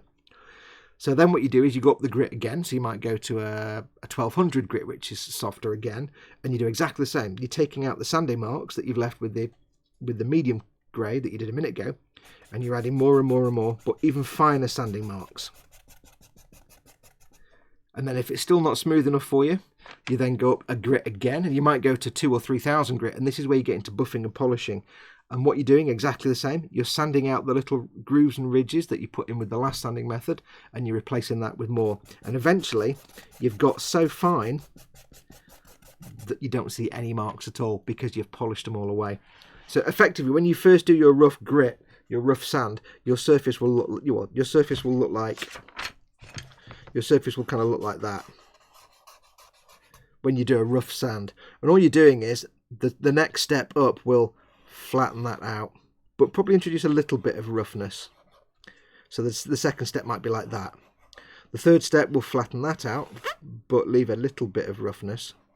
And as you go finer and finer, you're still introducing sanding marks, but as you go finer and finer grit, the sanding marks are getting smaller and smaller and smaller, till eventually you're doing polishing and buffing, and it just smooth, and it's fine enough that you can't see it, and it looks shiny like the rest of the plastic. So sanding is tricky, but it's easy in that you just start off rough and get higher and higher in the grit. You don't just use one sponge or one sanding sponge or piece of paper or one file, because that's just never, you're not going to get rid of it. The first step is always to remove the nub. The second step is to clean up the mess that removing the nub has made. The third step is to clean up the mess the second step made, and so on and so on and so on. And that's it. That's all that's involved. You grit, your sanding sponges and papers want to go from maybe 80 grit all the way up to several thousand grit, from rough to smooth. And I would recommend sanding sponges as well, because they're kind of handy. But yeah, the other thing, of course, is, like I say, leave a long nub. If you get yourself some decent nippers, for example, if I was to use these cheap crappy things that came with one of my Warhammer Conquest magazines, these would leave massive horrible stress marks all over the plastic, because these are crappy cheap things. I may as well try and cut the plastic with a pair of garden shears. If I use my God hands, which are £1 billion, but these are designed to make the smoothest, tiniest cut possible. So these will leave massive stress marks, because basically these are just rough and they're just kind of going yeah and yanking the plastic apart. You get the white marks because the plastic twists, bends and stretches. These are rough and not very delicate, and they will just chew through it and leave white marks. These are very delicate and they will leave a nice straight cut. They won't stretch or pull the plastic too much, and you're less likely to get big white stress marks. So it depends on the quality. If you use electrical cutters, like or wire cutters or something like that, yeah, they're just garbage. They're going to destroy the plastic. You want a nice snip cut. So it is worth spending some money on decent nippers. But if you can't, it's all about making sure you leave a long enough nub. If I've got a piece of plastic and there's a nub sticking out here, there's the trees there. If I cut it here rather than right against the part, then the white stress mark is on the end of the nub and not on the bit of the model. So that's where you can then trim it down with a knife. You'll see me do it on some of my builds, and I do explain in some of my builds about de-nubbing and stuff. I'll take a piece off the sprue, so I'll cut it off with my cutters, and I'll leave a little bit of nub. And then what I'll do is, let's say there's a little nub here, I'll scrape it gently with the knife blade. I'll gently scrape that away, and I don't mean gouge, I mean literally shave that nub down a little bit, and then I'll start sanding. It's all about being as gentle as you can with the plastic on the part. So make sure you leave a couple of millimeters of plastic sprue where you cut, because then all the stress mark is on that bit of sprue that you're then going to shave away or sand away. And I don't know where the cover for that's gone now. If you cut right against the part, then that's where you're yanking the plastic sprue piece out, and you might get a gouge, you might get stress marks. You need to leave a couple of millimeters at least, so that all the stress and damage can happen to the sprue and not the part. I hope that helps a little bit. I do cover it in some of my builds, but I can't remember exactly which one, so do go and check them out. They will be there somewhere. But yeah, I do like, if you look through if you go to my main YouTube front page and click on playlists, there are a few Gunpla builds where I do like the skill level 1, skill level 2. Ignore the very old skill level 1 where it's like just using oil paints and that's it, because that's kind of not very good anymore. Don't ignore that one. Ignore that one.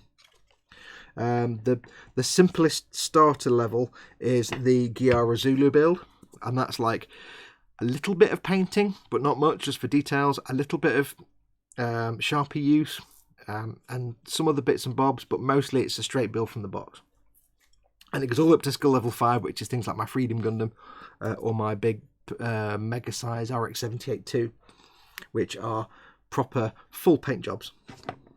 But do keep in mind, and this is something I learned, building an unpainted Gunpla is actually more stressful and I think challenging than painting a Gunpla, because of exactly the issue you're having with a painted Gunpla.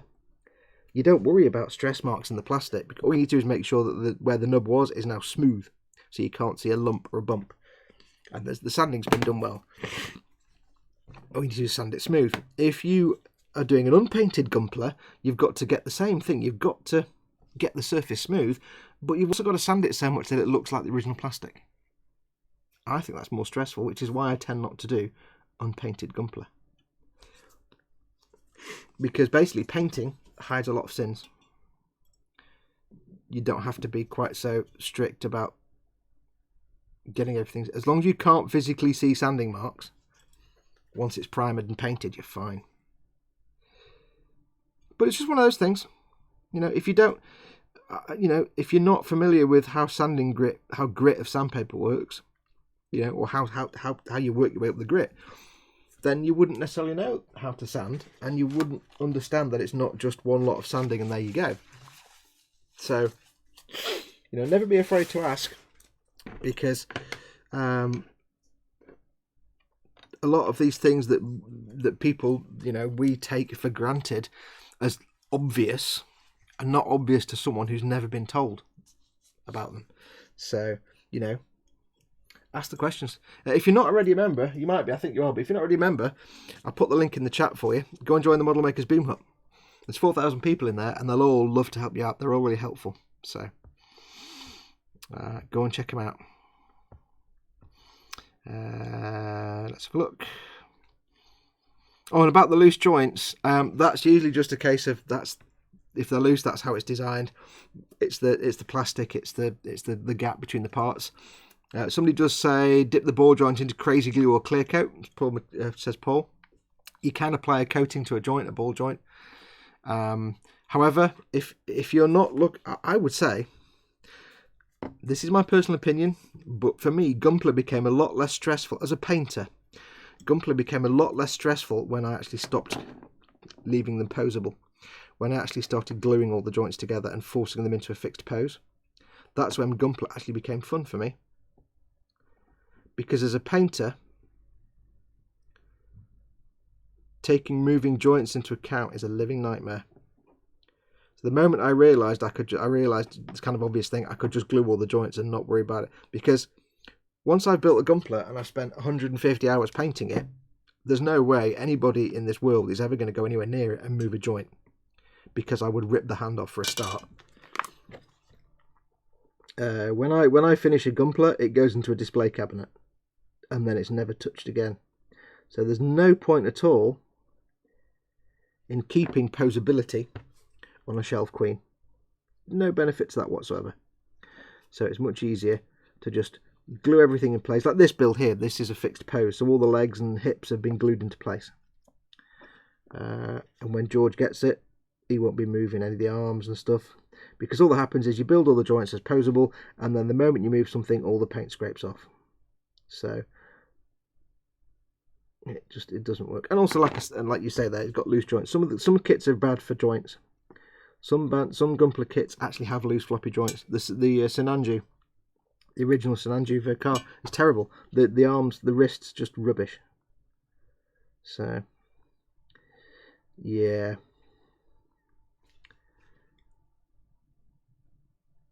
But if you want to, if you just want to make a joint less loose and floppy, yeah, just give it a quick brush coat of something clear so you can't physically see what you've put on it, like a clear coat of some sort, and that should make the joint, the piece. Say you've got a ball and socket joint. If you add a slight coat of, say, clear coat to the ball that goes in the socket, then of course it makes it a tiny bit bigger, and therefore it's less flippy floppy. Because they are built to a certain tolerance, these kits, and sometimes they can be a bit loose, here and there. If it's an old Gunpla kit, it's more likely to be like that anyway. If it's a newer kit, it'll be better designed. But yeah, there's a lot of things that you won't know unless somebody explains it to you. So don't feel bad because you don't know how to do something. Because if no one's ever taken the time to explain it to you, then of course you're not going to know how to do it.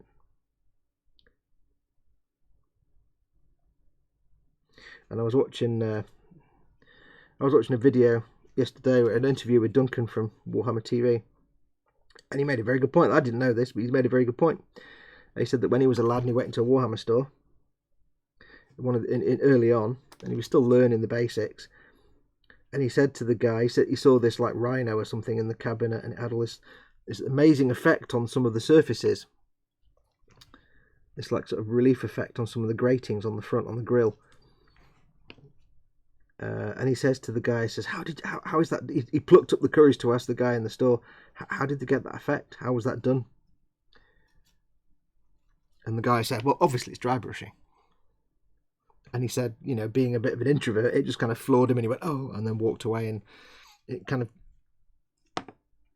scared him a bit, because there's a lot of us in this hobby. I like that. We're kind of like socially awkward, and, you know, if somebody says, obviously it's dry brushing, as if, why don't you know that? And he said he would never, ever use the word obviously. From that point, that kind of made him want to... He realised that's where he first learnt that there's a value to teaching someone how to do something, because until you're shown or told how to do something, you won't have a clue. Like, I could walk into an operating theatre and suit up and get scrubbed up and everything, but you wouldn't want me trying to do a heart transplant. I've never been shown. I'm sure I could do it, but I can't guarantee people would survive. Butch That Model says, what's all this then? More shenanigans? Yes, more shenanigans, dude. I'm always shenaniganing.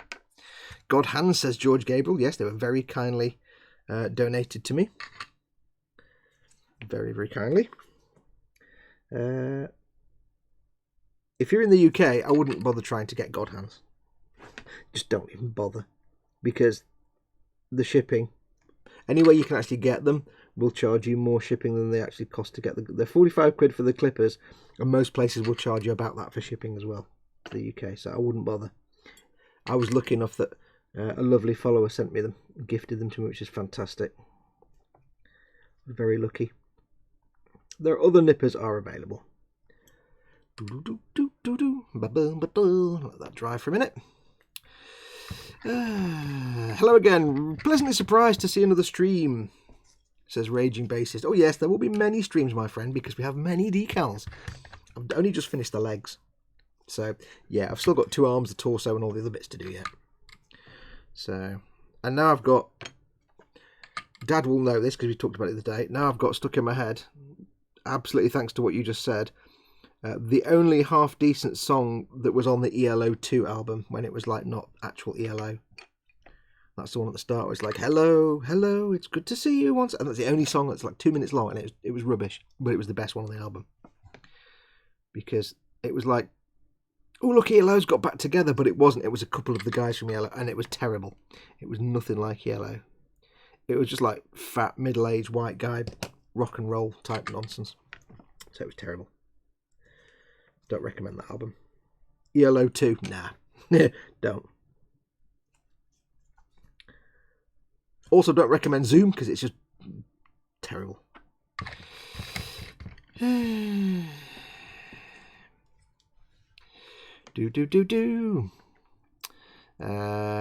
Bassist just got back from his music lesson. First time you use a pair of God Hands, it's like an epiphany, and you can just about hear a chorus of angels in the background, says David Butch That Model. Oh God, yeah. Ricky Paul Carlson, welcome Ricky, says, so the moral of the story is about nubs, to leave the little plastic burpis to play with later. I'm monetized, so I can't say the obvious word. And Beck Storm says, bad analogy, Richie, seeing as it's going to be cut and sanded off. Basie says he painted his first flesh tones today using Citadel, Bugman, Agrax, Cadian Flesh and the Kislev. Didn't turn out too bad, need more practice, but yeah, not bad for a first time. Try it with Bugman's, and instead of Agrax, use Reikland Flesh Shade. It's a warmer, redder tone. Agrax is fine. It gives you just a slightly different tone to the Reikland Flesh Shade. Flesh Shade will give you a bit more of a ruddy tone. My recipe is the kind of standard one. It's Bugman's Glow, then Reikland Flesh Shade, then Cadian Flesh... Well, hang on, do it now. Bugman's... I've got to think now. Bugman's Reikland Flesh Shade, Cadian Flesh Tone, and then the very fine layer of Kislev Flesh. Cadian Flesh Tone is the key to that one. But it depends what kind of colour of skin you want, because obviously there's different colours of skin, so it depends what you're actually going for. David Butcher, that model, says there's no such thing as a stupid question. There is only stupidly not asking a question. Yep, you always ask the question. Always ask the question. The Raging Bassist says the channel called It's a Gunpla, and he put some of his finished Gunpla in his computer case. I don't understand why you do that. George says, obviously, heart transplants are easy. AJW Bassist says, even though I don't have the kit, just a phone, I think I will take your advice and upload the Judge Dredd unboxing on this channel. Yeah, go for it. Do it, dude.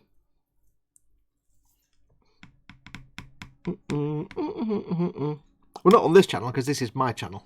You can't upload videos to my channel. Upload them to your own channel. I know what you mean. Yes. Nicholas Hoskins, I'm having trouble joining, Guru. I answer the questions to join, but I'm not into the group. Am I doing something? No, it's a closed group. If you give me a second.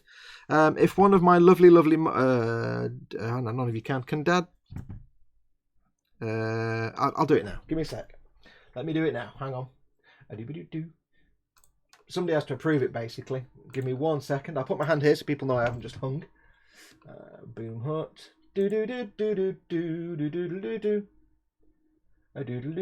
I'm not seeing any new notifications. Members. Hello. Somebody's texting me. Oh, Dad's just done it. You're in.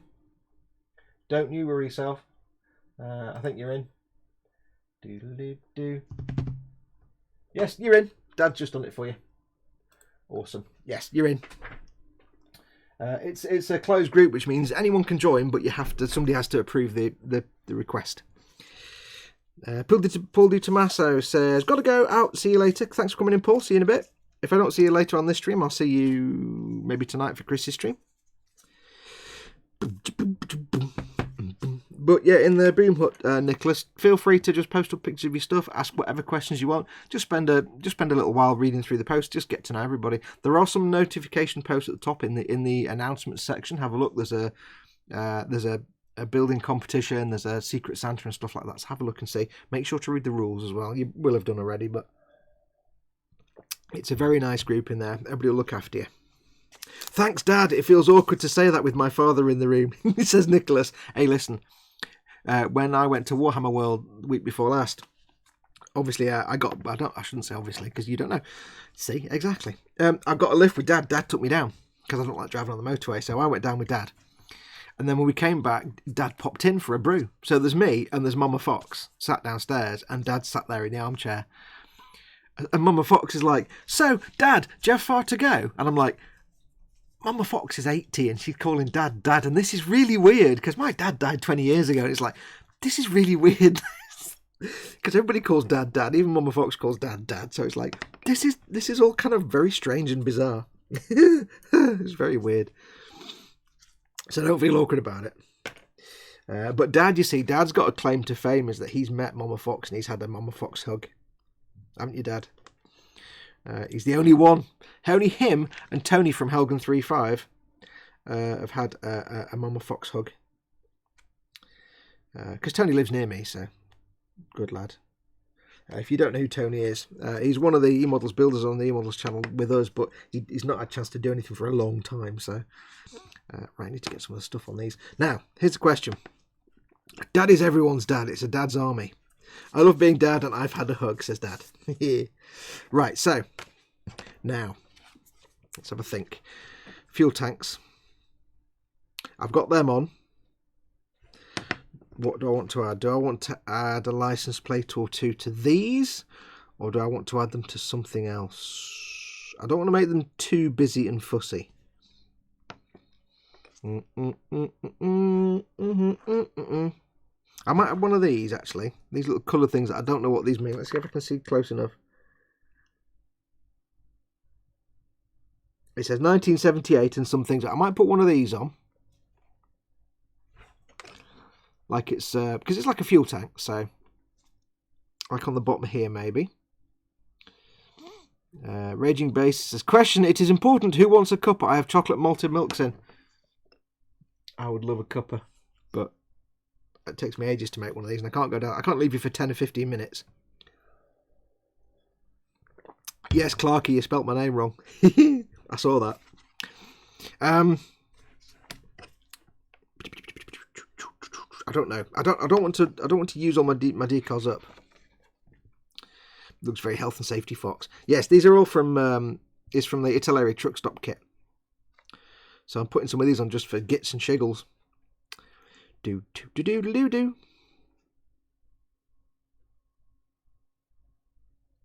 Now, if anybody can speak Dutch, I'm going to guess this. It says, Dames ook opgepast.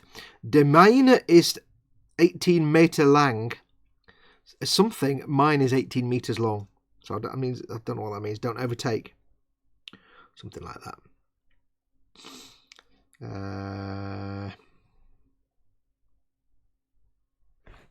I think on one of these, I might be silly and put, I love daft trucking, just for fun. Although I've got the big, massive butt plate for the armour on the suit for that. Also, we do have the shield to do. I'm spoilt now. I really need to. Oh, which one shall I do? What else have I got to put decals on? Lots of things, but where I can put. I've got the shield. I've got the weapon. I might put one of those on the weapon, perhaps.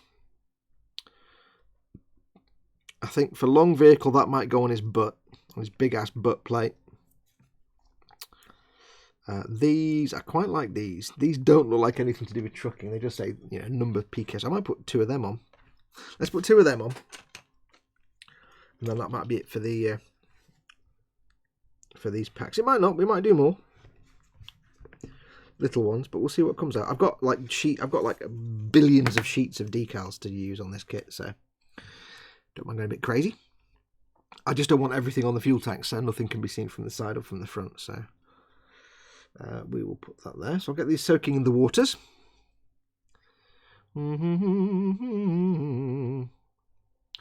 But then again, I do have to say, by the way, chocolate malted milks. This is not correct. Basis. This is not actually correct. You should know by now. If you're going to have biscuits for your beverage, you need to have chocolate hobnobs, or at the worst, chocolate digestives, but not malted milks. Malted milk is just like a nice biscuit, like as in the nice biscuit, not a nice biscuit that's nice, but the biscuit called a nice biscuit. It's like having a nice biscuit with a hint of really bland American chocolate on it. They're not that nice. Not that nice. You want proper hardcore chocolatey goodness. Raging Basis says heresy. Yes, Chris, raging with malted milk biscuits. Malted milk. Not that good. Right, I need to, while waiting for those decals to do their thing, I shall do their first coat of the micro sole, because they've all been waiting there for a while. So these decals do take about half an hour to come off the paper, so I will get these 2 done. Malted milks. How very 1970s middle class. Terry and June. Ooh, would you like a nice malted milk, Vicar? No, but we got some chocolate hobnobs. I'll have some of them. See, I can't make Vicar jokes because I can't swear. I mean, I can swear, but I'm monetized, so I can't really do the swearing, which is perfect if you're doing a Vicar joke.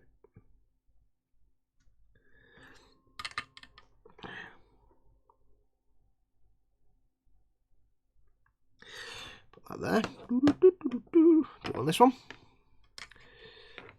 Do the same one here. If I got the shaky hands, I apologise. It's because I'm kind of holding these up in the air.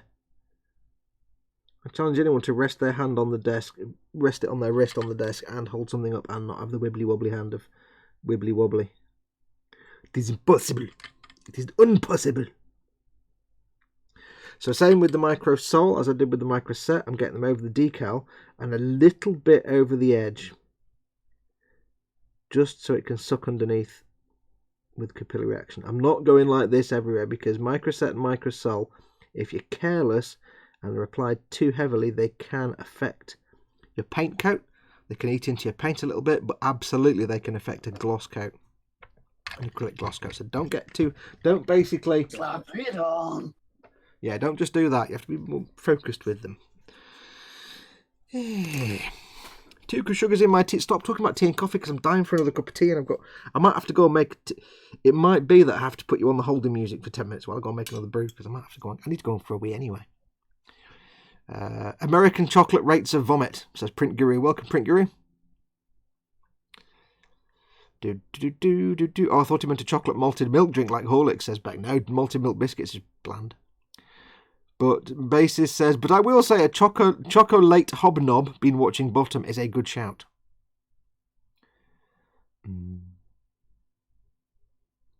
Print Guru says it's the butyric acid they add to it. Nasty stuff. On what, like chocolate? David Butch, that model, says Wilkinson's are doing a half price on pick and mix. Big, huge pot of chocolate covered fudge. Ooh, yes. Don't have a Wilkinson's near us. Quano Man is in. Welcome, dude. I might order the nice army painter detail brushes, the nice white ones. If you're going for an army painter, go for the mega brush set. I love my army painter brushes. I'll get them out, but they're behind something. The regiment brush is fantastic. The very, very small ones, they're not that great, but the regiment brush is fantastic. I do a lot of painting with the regiment. You can paint most of a miniature figure with the regiment brush on its own. They're that good. Just make sure you're looking after them. Make sure you got a good brush cleaning. I have ordered some of that brush cleaning liquid that I linked to the other day. That I can't remember what it's called. The Winsor & Newton stuff. I've ordered some of that now. Beckstorm says, yeah, our chocolate sucks now since the Americans took it over. There. Yeah, 35 quid for the entire Army Painter brush set is fantastic bargain. Considering you can pay 7 or 8 quid for a single Citadel brush. 35 quid for all the brushes in that Army Painter set. Just do it. Don't even think about it. Just get the whole set. You will use most of them. There's a couple that aren't that much use.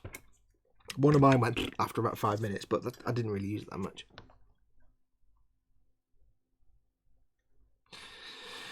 Raging Basis says, I have Wargamer Detail. I'm looking to get a secondary one of them and a Super Detail. That's the point. I need to get that brush cleaning wax stuff.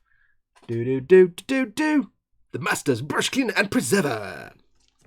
Cleans oil paint, watercolour, acrylic stains, and rinse brush in warm water, swirl brush in compound and work into lather. Rinse and repeat as necessary until brush is clean. Rinse again with water.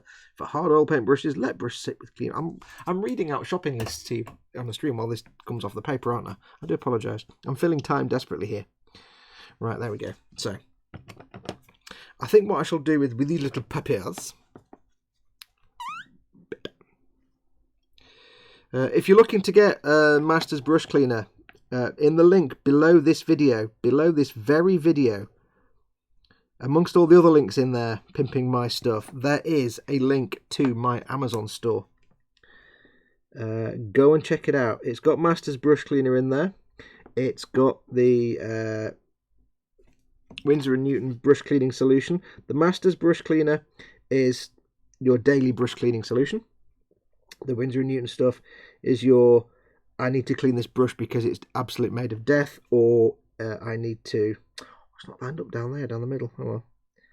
Do you know, I've put that on there and it's not lined up with that middle. It's going to bug me now, that. Oh, that's frustrating, that. I never thought of that. Oh, never mind. I can't believe I didn't line that up. Oh, you spoon. Never mind. It'll be fine. Sometimes a lack of symmetry is more realistic.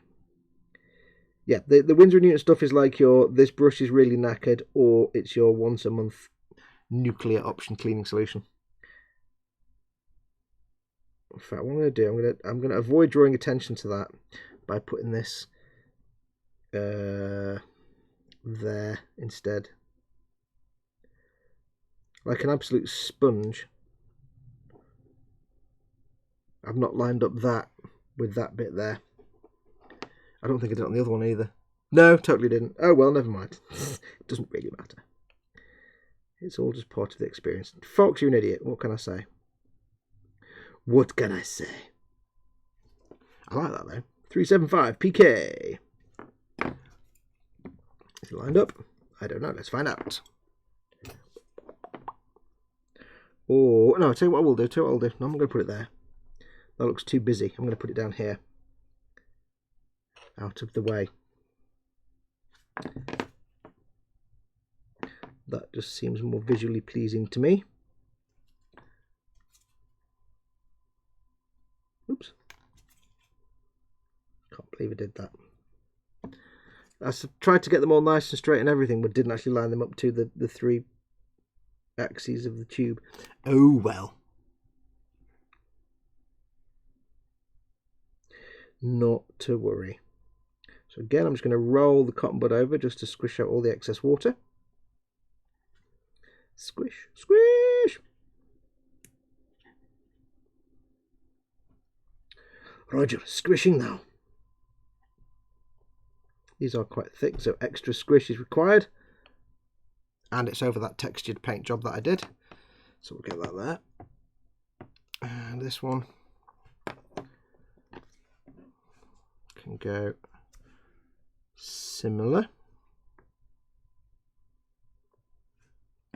So we'll do that on that side on this one. Just about there. Because I'm going to have one tank on one side and one on the other, I may as well make one with one side and one with the other. About there. It's about there. The thing is, I'm looking at them here and holding them up to each other, but in reality, when you see it on the finished model, they're going to be on other sides of the back, and you're not going to see that. So it's not the end of the world. It's annoying for me that I've messed up with that alignment, but it's not the end of anything. Get that lined up. There. This is correct now. I'm squashing now. All the water needs to get out. Get out. I don't know why I did that. There we go. Is that? Yes, it moved at the last minute. You spoon. You know. It's hilarious. I quite like these decals, it's hilarious, but you need to make them less mobile. God damn it. Can you make them a little less light-footed? Thank you very much. There we go. That looks better. There we go. Now you stay there, and I'll squish you like this, and then you stay there. Everybody's happy.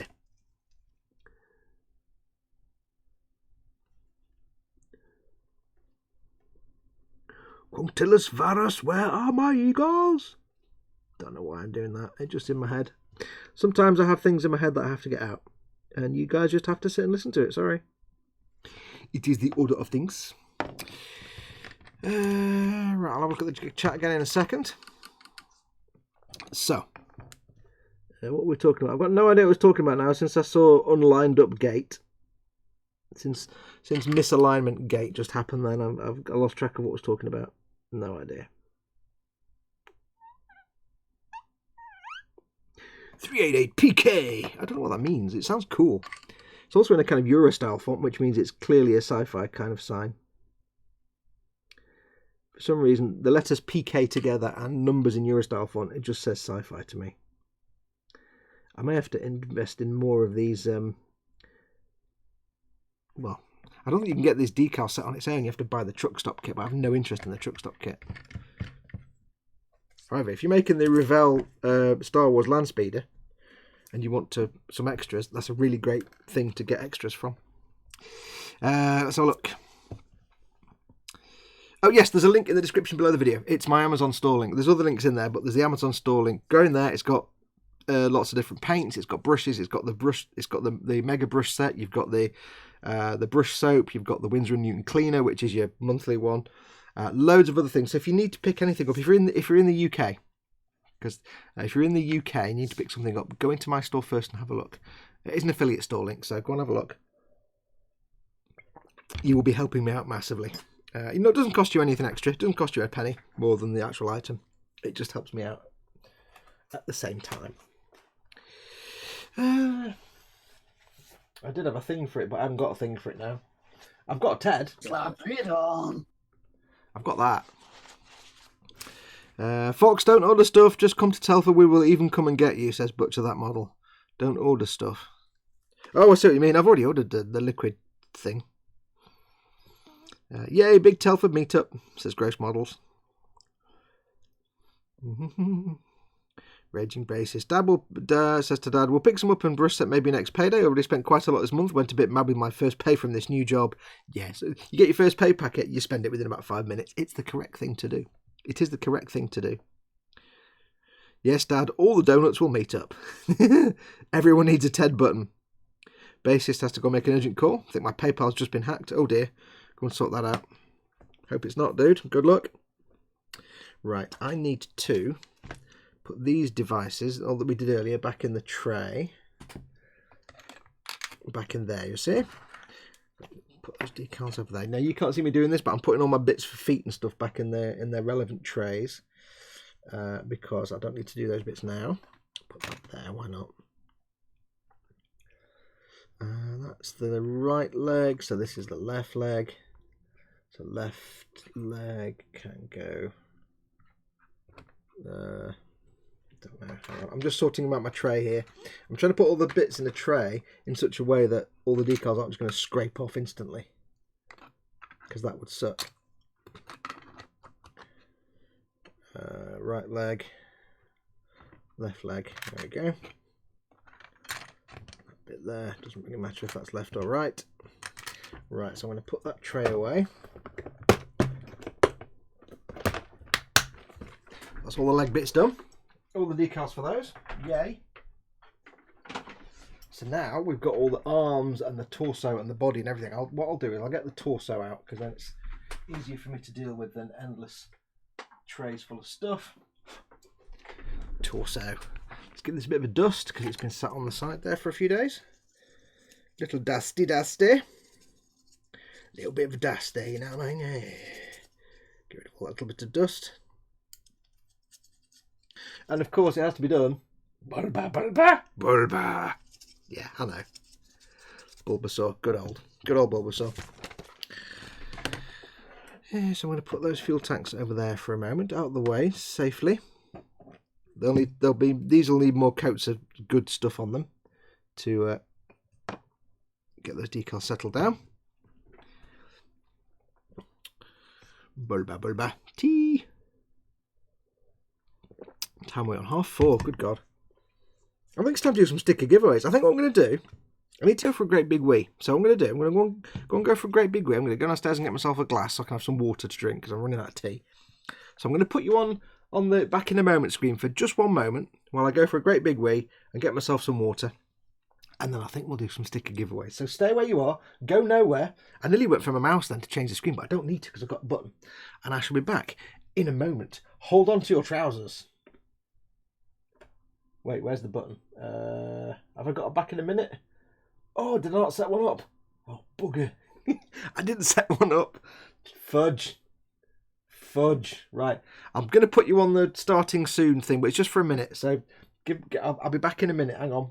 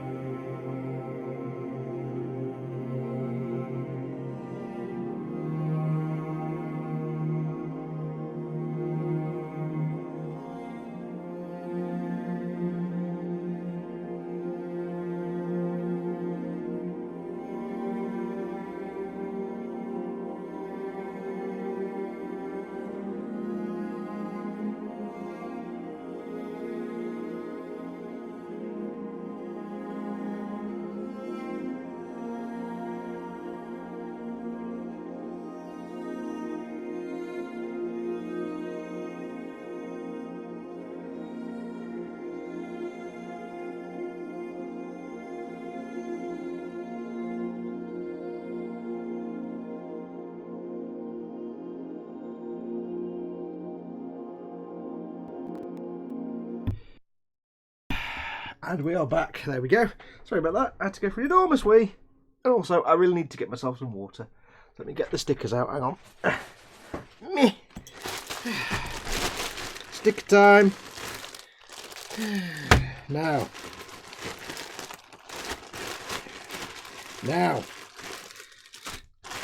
If you remember, on Sunday, I gave 3 of those Imperial coins away. And Death's 0079 was one of the winners who won a coin, who also has a sticker from 1 billion years ago, unclaimed, I think. Unfortunately, because I'm a spoon, I actually deleted the video, the Sunday video with the draw. So it's possible that if Death's 0079 hasn't seen it, that person won't know they've won. So, Death's 0079... if you are watching this right now, I was going to put a comment. I was going to reply to their winning comment, which I can still do. But Death 0079, if you're watching this now, then you won one of these. And I think I still owe you a sticker from somewhere else anyway. So I need you to mail me this email address with your name, address, and obviously YouTube details. So I can make sure you get the sticker. I think I'm still owing you a sticker from like March or something. I'm trying to... there you go. There's a sticker. You've got a Scaly Model sticker from like March or something. So I know you exist because you've taken part in the sticker giveaways and you've put comments on my videos. But you never mailed me to get your sticker. So you've got a sticker and a coin coming your way. You need to mail me. I can't, I'm not telepathetic. I can't guess your address. So drop me a mail. And make sure you put in the title that it's for a sticker and a coin. Because what I'm going to do is, if I haven't heard from you in a month or so, I'll just give the coin away to someone else. So don't take your time. Get cracking. Right, let's do some giveaways anyway. So who's going to be the fat kid today? Well, let's see. Let's do some stickery giveaways. Now, it always seems to be my model making guru stickers that turns out to be the fat kid. So... oh, let me clear that water up. There's still water on the bench. Hang on. Just not put stickers into a pile of water, eh? Can water go into a pile? Can you have a pile of water? I don't know. So, we have a Warhamster sticker from Chris's channel. Chris's Sunday Warhammer program. We have Mephiston Red, Dad said. Because Dad likes his Mephiston Red, and it's an amusing sticker. We'll do a Butcher That model. And we'll do a Festa 67's Workshop. There you go, Festa's Workshop. Not going to even do one of mine. I'm going to pimp everybody else's nonsense ahead of mine. How's that? How's that? Right, so. Bassist has an update on his PayPal. It says, it's all good, just a fake email trying to get info, but I had to call it and check, being a victim of ID fraud before and it sucked. Oh, if anybody out there uses Patreon, if you have a Patreon, if you're, like Chris, I know you've got one, you may have received an email from some people called Throne saying, hey, we've been working hard to get a Patreon chat system, blah, blah, blah, blah, blah. Like some sort of live private chat thing for Patreon. It looks and feels like a mail from Patreon. Deliberately looks like. It's not. They're nothing to do with Patreon. I mailed Patreon and said, is this legitimate? They went, no, it's a scam. So if you get a mail telling you about Throne, a chat for Patreon creators, it's not if you're a Patreon and you subscribe to Patreon like you support me. I don't mean like an average. I mean like if you have a Patreon page where you take money off people. If you're a patron if you're a Patreon person with patrons, then ignore anything from Throne. It was a really good idea. Yeah, and it was like, now I clicked on the link thing that was from Patreon, and it went to the website to sign up for Throne. So I signed up with Google account, and then I was like, wait a minute, is this Patreon? So I didn't sign in my Google details, thankfully, so I didn't get that far, thankfully. So yeah, but even clicking on that link in the email may have done me some harm, but I don't know, we'll see. Luckily, I've also got a good password managing software, so if they can find my email, if they can find my password, that's great, because even I don't know what my password is. Right, so I'll put my tea over there. I've got my stickery bobs here. I need to write some words on the stickers. Let's write the words. Let's look at the words. No. Dad says, one morning I woke up and all my money was gone, nothing left. I had my card cloned or something and someone took out a Congo load in my name. It was an instant panic attack. Yeah, nothing worse. Right. Big, fat, cheese, balls. That means somebody's getting balls, basically. I never thought of that. Big, fat cheese balls. Right, there we go. So, let's see.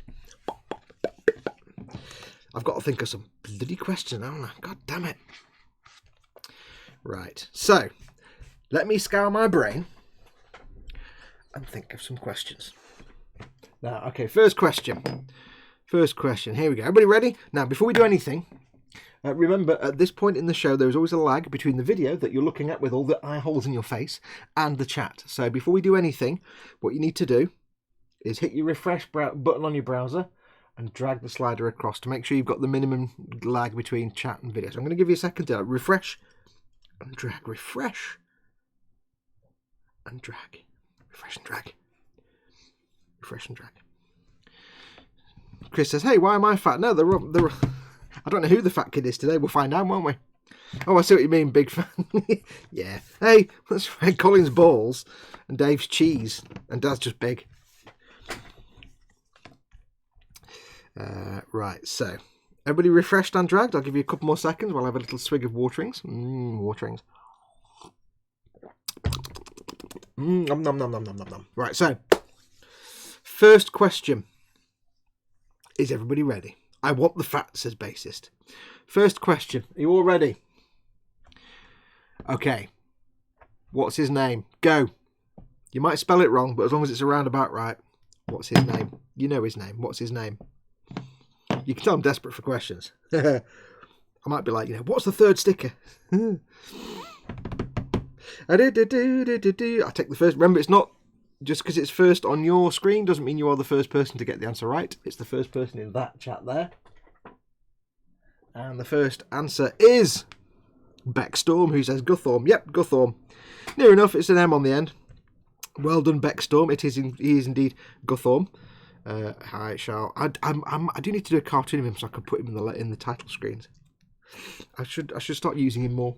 But yes, it's Guthorm. So well done, Beckstorm. Which would you like? Would you like Mephisto and Red Dad said, Warhamster, Dave, Butch That Model, or Fester's Workshop? Which would you like? Which would tickle your fancy? Big fat cheese balls. Big fat cheese balls. Big fat cheese balls. Big fat cheese. Red. There you go. Nice one. So, Beck. Storm. There we go. So well done, Beckstorm. If you do win a sticker today, and they said if you win a dinner, well, I'm not giving away dinner. If you do win a sticker today, and you've not seen this before, all you need to do is send me an email to this address here. The email address is always on screen. fox@modelmakingguru.com. Put in the title that you won a sticker, and I need to know your name, your address, and your real name if your YouTube name is not your real name. So, if your name is Bob Smith, but your YouTube handle is Big Eradicator, I'm going to have a sticker with Big Eradicator written on the back. So, you know what I mean. So, name, address, and your real name, so I know who I'm sending it to and which sticker is yours. I will send these out. I collect them for months and months and months, and then I send them all out in one big go. So don't worry if you're waiting for stickers for months. That's normal. If you've already got stickers in the queue, you're waiting for them, and you win one now, you still need to mail me, because if I've got 5 emails from you saying I've won a sticker, I know you've got at least 5 stickers. If I just get 1 email, I might just send you 1 sticker. So every time you win a sticker, even if you're waiting for stickers, send me an email. So that's that one. Where did I put the... There we are. I shall add it to the badit. Right, okay, so we still have 3 left. So, next question. Bugger. Why did I do 4? That means I've got to come up with 4 damn questions now. Okay, 4 questions. Next question. Saving them up just means a £100 stamp bill. Yes. Trying to think of a question, and the question is evading me. Can't think of a question.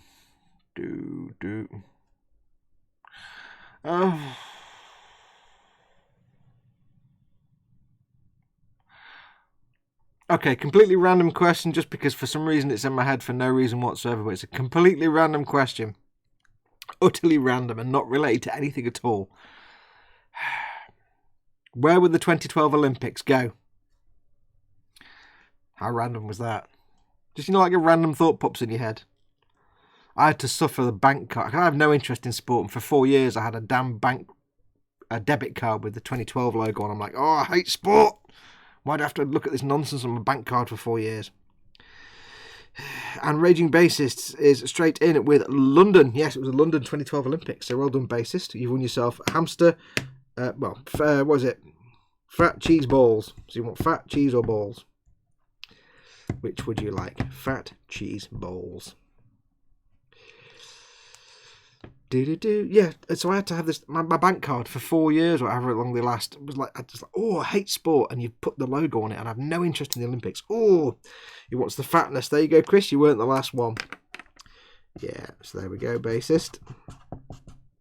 I'll put raging as well. In fact, I'll just put in brackets. Look, I'm doing fat raging Bassist. That's not very nice, is it? There we go, raging Bassist. Thank you very much. Send me an email, fox@modelmakingguru.com. It's there. It's always there. Name, address, and your YouTube name. That's yours.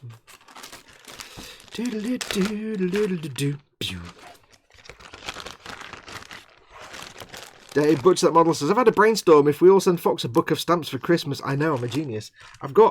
When I go to the post office, I buy like 5 books of stamps. So I've got I think 2 books of stamps. Right, 2 more stickers. Cheese balls, cheese balls, cheese balls. There you go. Cheese and balls. Cheese and balls, balls and cheese. Cheese and balls, balls, cheese. Spoon, glass, glass, spoon, glass, spoon, spoon, spoon, glass. So, pressure's on me to come up with questions. Dave's like, no, I'm going to be the fat kid. Okay, so let's think of some questions. Ooh, I've got a pot of paint where the lid's not closed properly. That's a bit rubbish. That'll be dried out by now, no doubt then. Never mind, never mind. What colour is it? Celestra grey. Arse, I say. See if I can... Hang on. I know I'm distracted, but as well I'm trying to think of questions as well, so... Oh, it's not quite open, but yes. That's weird, I'm buying cheese right now while doing the shopping online, says Beck. Cheese is both awful and awesome, and the best thing and the worst thing at the same time.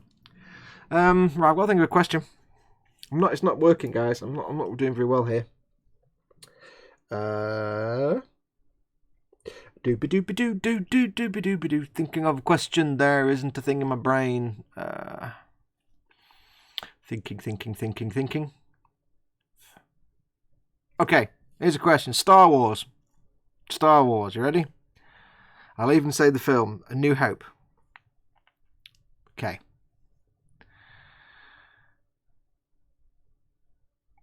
Which stormtrooper was not at his post?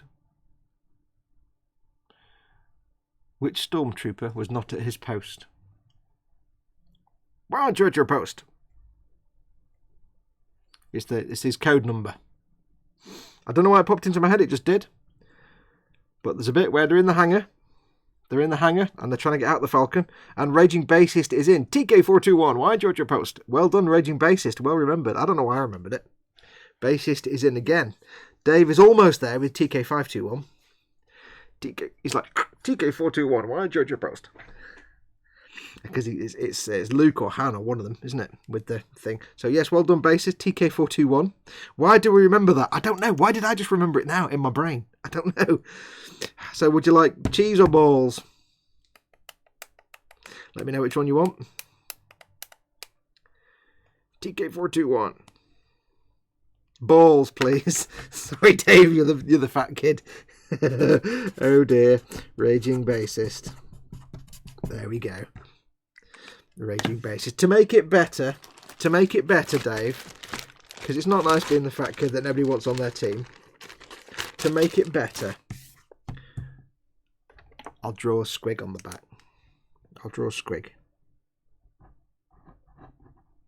Hang on.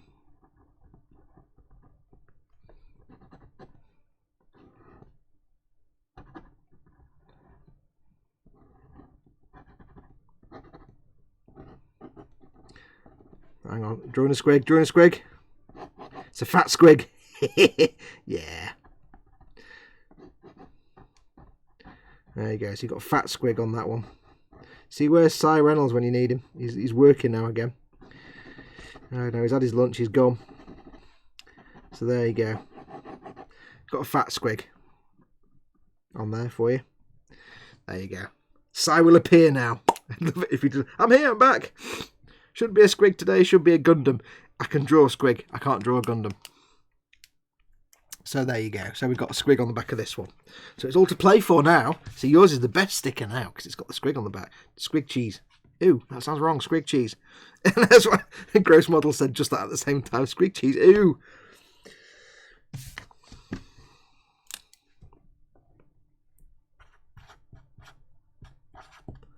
Squig cheese. Ew. So, yes. Who's going to win squig cheese? I've got to think of a question, haven't I? Right. And Dad says, blah. Right, let's sit here for a few moments until some random fact popped into my head that makes me ask a question. Oh, God, really? Right. It's random thinking fact time. It's because I was fiddling with the paint pot and that was distracting me, and then I could think without thinking too much. Okay, let's have a think. Random question time. Can't give Dave's away without added art, says Chris. Yes. Squig cheese, says bassist. I asked a question a minute ago. But people have had chance. I didn't see that in chat, but if you did, people have had chance to. Oh, that's true. That'll do. Yeah, go on then. How many wristbands have I got on? Go. There you go. How many wristbands do I have on my right wrist? Oh, excuse me. Hello, burpage. Oh, that tasted like tea. That was weird. Didn't taste like any kind of meat product, which is disappointing. Badoo. How many wristbands? You're all thinking now, oh, you're all like trying to scroll back, but if you scroll back, you're out of sync. Quanaman 69, really? Edward Leonard is correct with 4. 1, 2, 3, 4. There you go. Help for Heroes and 3 Warhammer ones. Well done, Edward Leonard. You have won. Squig cheese. Sorry about that. Yes, I'll get the small. Let's put it on there. So Edward Leonard, Leonard. Well done. So all 3 or 4 or however many of you there were, I forgot now. 2 of you, 3 of you. I don't know. All of you need to send me an email, fox@modelmakinggear.com. Name, address, proper name if it's not your email, if it's not your YouTube name. And put in the title that you've won a sticker so I know what I'm sending you. And I'll get them done at some point before the end of civilization. Let me put them away. Put them away so they're out of the way. There we go. They go back into the bag of forgetting now. Ooh. It goes under the desk, or I can forget that I need to send them all out. That's the other reason they don't go out straight away, is because I put them down there and then I never see them and then they get forgotten. Right, got to lock up and go home. See you all later, says Chris at Gross Models. Yes, see you in a bit, dude. If you don't know what he means, Chris will be doing his Hangout stream later on today. 8 PM tonight. Chris does like a Hangout stream. Sometimes it's just him and a select few people. And sometimes him and his patrons, for example, because he has patrons. But sometimes, such as tonight, it's open to anyone in the Gross group. So if you don't follow Chris on Facebook, do go and join the Gross group. He'll basically start the show and he'll put a link up both in the chat for the show, I think, and also in the Gross group. So anyone with a webcam and a microphone, or just a microphone, as long as they can hear you at the very least, you can join in his show. It's only like an hour and a half or so. It's just a hangout, basically. You'll hang out and have a good time. So do go along and check it out. That's on his channel, Gross Models. Obvs. So go and check it out. Right, I'll do a coat of the goodness on these. Sorry, it's boring model making again now, sorry. No more squigs and stickers. Or even stigs and squickers. Do you know, I still haven't actually painted a squig yet. I've only just assembled some. I've got the Rooker Truck squig buggy. I built it. I've not painted it yet. So I love the concept of squigs. I just haven't had the experience of actually painting one. Do it on camera, dear. Would be a good idea.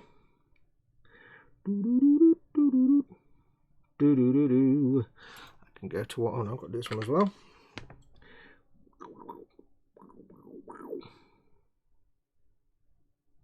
Like that. That there, you see there, that there.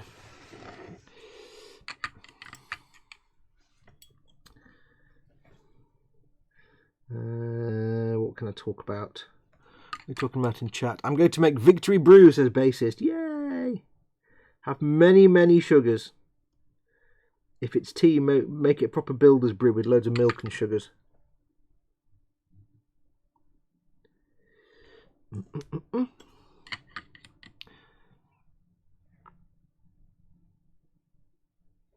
I found out what's for dinner tonight. Tonight is chicken pie.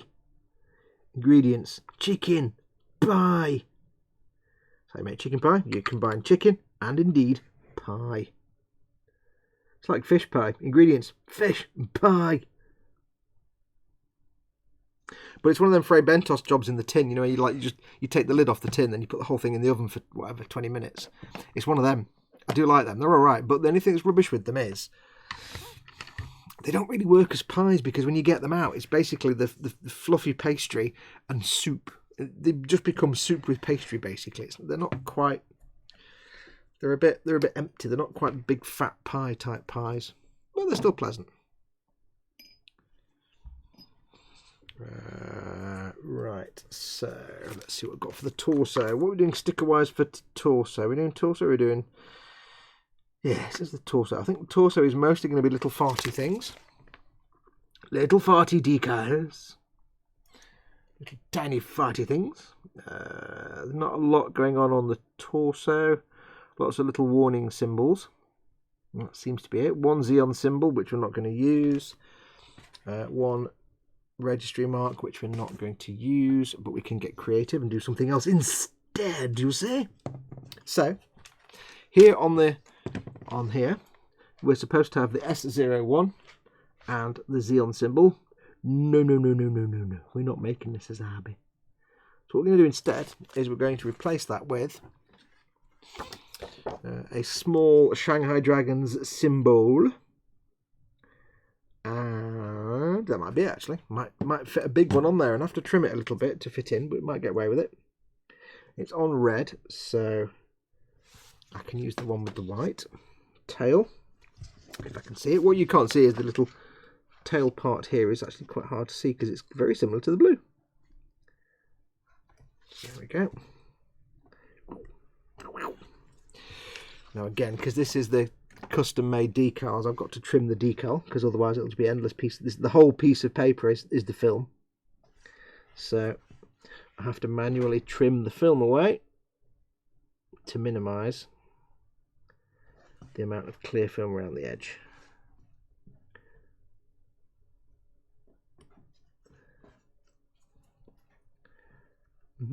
It's often a sign of very good quality decals, custom decals, if you have to trim your own film, because often when they're pre-cut, they're usually generally not very good. I don't know why that the not good stuff is more convenient than the good stuff. I have no idea, but it does seem to be the way. It's just a case of trimming all the excess paper away where the decal isn't printed, working little cuts. And it just means you can minimize the amount of clear carrier film, especially because this is custom made.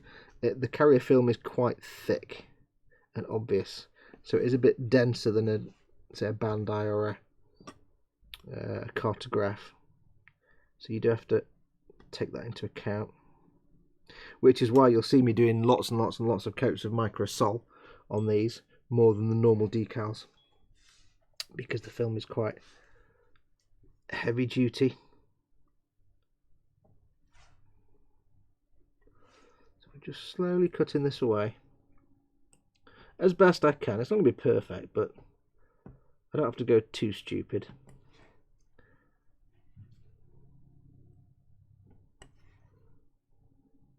I did see a Japanese builder once. He took the stickers that came with a kit, and I mean the stickers, not the decals. He took stickers and he trimmed them So he was able to use the adhesive stickers on a Gunpla, but only because he trimmed away all the clear film and just had the markings. It was like that. That is skill level Japan now. That's insaneness. Okay, so we can trim that a bit. Round the mouth. Round the mouth. Trying to make sure I've got a nice crisp edge. I feel a stability coming on. No, there'll be no stability today. I hope.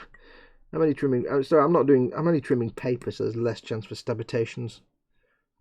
Now, because it's the smaller one, I'm not going to try and clean these bits out because I can't get to that bit.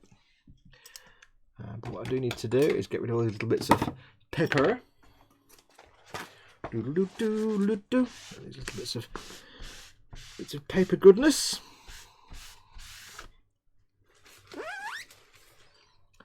I'm going to see if it'll fit without any trimmage, because I might need to put it on and then cut it around a bit. Maybe. I might need to jauntily angle it, perhaps. Oh yes. That might be quite interesting to have a jaunty angle. If I can avoid having to trim it anywhere, I will do. We'll see. We'll get it going. Get it moist.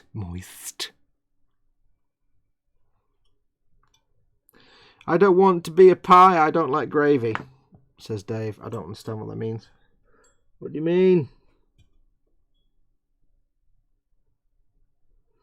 I don't know what you mean. I don't want to be a pie because people eat pies. Who's sending me emails now? There we go. Yes. Lovely.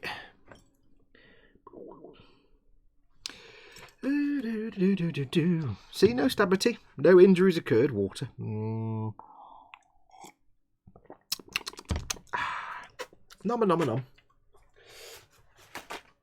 I think it's time for... Slap it on. Yeah. I just don't even bother going. I'll just do it now randomly. What time is it? It's TED time. 21 people watching. Cool. Don't forget, while waiting for that decal, don't forget, it's the usual reminders of text times. My patrons support me. My patrons pay my wages and they make all this possible. So if you'd like to help keep this channel supported and show your support, if you like the work I do, do consider becoming a patron. Link in the chat now for Patreon. Don't forget, of course, I am sponsored by emodels.co.uk, your one-stop shop for your model making needs. Link in the description below this video, so you can go and pick up all your traditional model making goodness. Also, Goblin Gaming for all your tabletop needs. Don't forget them. Link again in the description below the video. All your tabletop stuff from Games Workshop, Malifaux, card games, Yu-Gi-Oh, Pokemon, everything you can imagine that plays on the tabletop, they've got it. And you can save up to 20% off Games Workshop, or you save 20% off Games Workshop. Use the link in the description though. Don't just go to Goblin Games. Use the link down there because that's my affiliate link. It tells them I sent you. And every time you order something, I get a little bit of income from that. And last of all, don't forget to join the Model Makers Boom Hut. The best online modelling community there is in the world. Oh, there we go. Decal's more than ready now because that didn't take that long at all. Right, so we're going to see what we can do with this then. Oh, apart from drop it. There you go. Well done, Fox. Well done, yes. Boom. Right, so let's see what we can do with this little puppy. Bit of that. There is my cocktail stick. There it is. Now, let's see if we can jiggle this around a bit. Bit more water to keep it movabated. Movulating. And it actually fits like a dream. Perfect. So it's going to be a jaunty angle. I can't have it straight because then it would... Or can I, actually? Actually, I can just about. But it's a slightly angled surface. So it wouldn't be straight anyway. It would be kind of like that, maybe. can't think now. How does it normally go? Normally the decals are set like that at a jaunty angle, so I would say that is about right. I've got to be conscious of the clear film because it does go up over the top and over the edge, but hopefully that can be squished away with the decal solutions. Maybe. It's kind of annoying that it's not in the middle down there, but the problem is there you've got the tail, you see. If I want it straight, I have to have the tail squished up on the side a bit. Oh, I could do that, maybe. That'll do, I think. That'll be fine. So let's get a cotton bud. We are the best, says George Gabriel. Who is the best? We am the best, anyway. Oh, you mean the Facebook? You mean the Boom Hut? Yes, we am the best. We am the best. What do you mean patrons? Because patrons am the best. Now what I can do here is I can squish this down. Squishing. Obviously doing the roly squish to get any excess waterings out. But I've got to be careful. I don't want to drag it suddenly across the surface. And I've only got a little bit of area that I can actually do the roly anyway. But what I can do as well is take my cocking tail stick, oh no, even my knife perhaps, and there is a little bit of the film in the gap there between this and the side panel. So I can gently push that down. So it goes into the little gap. And then scrunch it up like that, which I didn't intend on doing. Dope! But then when I coat it in the micro set, it should help shuck down onto the surface. Yes, we bloody are, says Raging Bassist. Are you talking about Boom Hutters or patrons? Because both of you are awesome. Everybody's awesome. Everyone is awesome. We're going to get that on there. I'm suddenly come over all really hungry for my chicken pie. I've got ages till dinner time. Whoa. It's going to be chicken pie and chips and mushrooms and the gravy. Yes, nice simple dinner. Nothing too complicated. I mean, it is, like I say, a fray bento, stick it in the oven in the tin pie. It's not a proper classy pie. And I have to say, it's one of the few pies I can actually eat. Because ever since I got to, I think about when I got to about 42, 43, how long ago? Maybe 45, when I hit about 45 years old, for some reason, my body suddenly decided it was utterly intolerant of pie crust. It never had been before, not ever before. But all of a sudden, I've now got like, I eat a pie and I get the acid and heartburn from hell for like 24 hours. And I'm like, what? Why pie? Not pie, come on. And I don't get that from anything else, just pie. So if I have a proper pie with pie crust, I get the acid from hell. But that kind of frilly, filu pastry stuff, the fluffy stuff you get on those Fray Bentos pies, that's not so bad. That's more like suet that you get on a pudding. It's more like kind of suet pastry. That's not so bad. But proper pie crust, can't do it, so I can't eat pies anymore. It makes me sad. I really want a pie. Oh. Nice steak and ale pie, or a beef and steak pie, or a beef steak and beef and steak pie. That'd be good. Beef steak and beef with extra steak and then some beef as well. Yeah. Now we're talking. Now we have little finicky doodads to add to this, but I've covered up the space for the little doodad decal with the big decal, so we may have to wing this bit a bit. We've got 134 and 4. 134 and also 4. 134. Where's 134? There. It was a nice big one. Nice big bit of bitty details. That I almost cut through. I think I might have just cut through it. Oh! Fudge puppets. We'll figure it out. I'm sure if it's gone wrong, I can replace it with something else. Yes.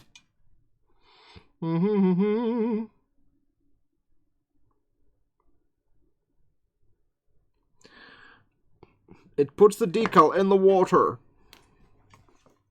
I don't know where that just came from. Put up there. A little bit of water for that, but I'll dry up this other bit. Oh, chicken pie! Chicken pie and chips and mushroom and gravy. Oh, gravy. Chicken gravy now. That'll be lovely. Lovely, lovely.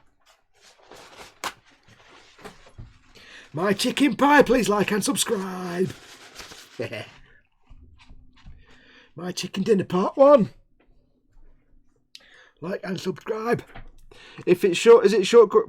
I'll start again. Is it short crust pastry which made you poorly bad? I've no idea. It's just pie crust that's the proper thick, crumbly pie crust. That isn't the sort of frilly stuff, but proper pie crust. But it just gives me heartburn from hell. It's just for no reason whatsoever. No justification for it. How many parts are there to your chicken dinner? Asked Bet. There are. Part 1. That's it. My chicken pie dinner part 1. Thank you very much. Like and subscribe. Yeah, sounds like short crust. Maybe it is. I don't do cooking. I just do eating, so I don't know the difference between X, Y, and Z. I just like brown things that are made of meat that go into my mouth. That's as much as I know about it. Brown's always a good colour for food. He's going to try and weather it.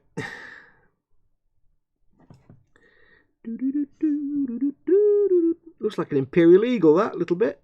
It's not an imperial eagle. It looks a little bit like an imperial. It's not an imperial eagle. Line it up well, my child. Bulbasaur's head now has a little thing on it. Is that in the middle? Kind of, a little bit. No, it's not anywhere near the middle. You spoon. It's hard to line things up in the middle when you've got no actual visible mark to denote the middle of anything. It's not as easy as you think, you know. That seems about right. Just holding up a cocktail stick to judge it by eye. Aye. I've lost my cotton. Oh, where's my... Oh, there it is. My lost cotton bud, part 1. Like and subscribe.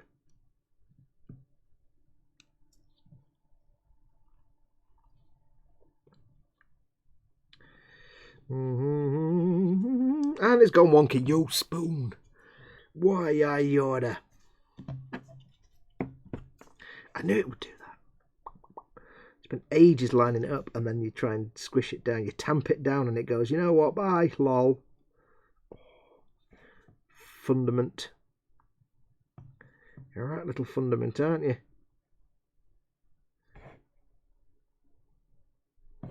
This is most frustrating. That's probably not in the middle. There's no real marking that tells me I'm in the centre, you see, so I've got to kind of just wing it. Kind of guess. Which guarantees it'll look perfect now, but when I come back tomorrow morning and look at it, I'll be like, oh, it's not in the middle and it's really obvious, and I want to die. Close enough, I think. As far as I can tell, it seems reasonably in the middle. Squishy, squishy, squishy. I think a Bulbasaur. Now it's off centre and wonky again. Shut up. Shut up. Perfect. That's perfect, I think. I don't know. Does that look centred? I don't know. Can you tell from there? Does it look like it's in the centre? I don't know. My brain's refusing to cooperate now. No, it's not. Oh, it's gone a little bit. It's a little bit down on one side. Madre mia. I may abandon this decal because seriously, screw it. I've not got long enough lifespan to start worrying about this crap. Oh, there we go.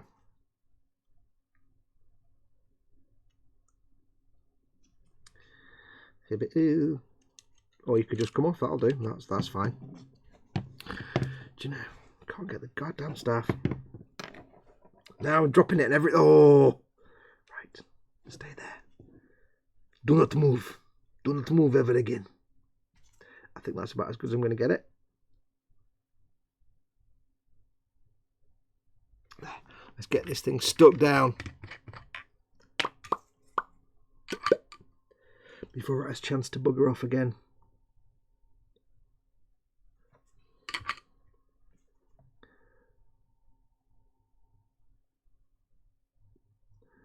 There.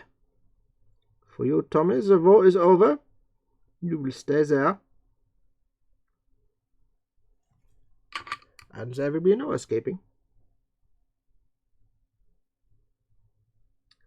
There we go. It moved. Oh, little. Oh, right. Hang on. I'm going to take advantage of the stuff I've just put on it. And I'm going to finesse it a little bit. There. There.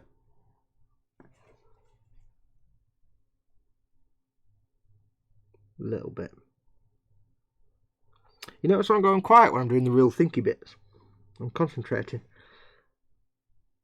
Unfortunately, I've got the microset brush in my mouth, and all I can smell right up my nose is the vinegary smell of the microset. Ah. Right. So I'm going to put that there and not touch it for a few minutes, because of course I'm not. What's next? We've got little detaily ones.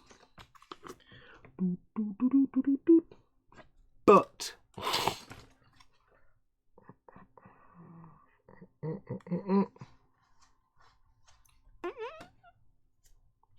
what I might do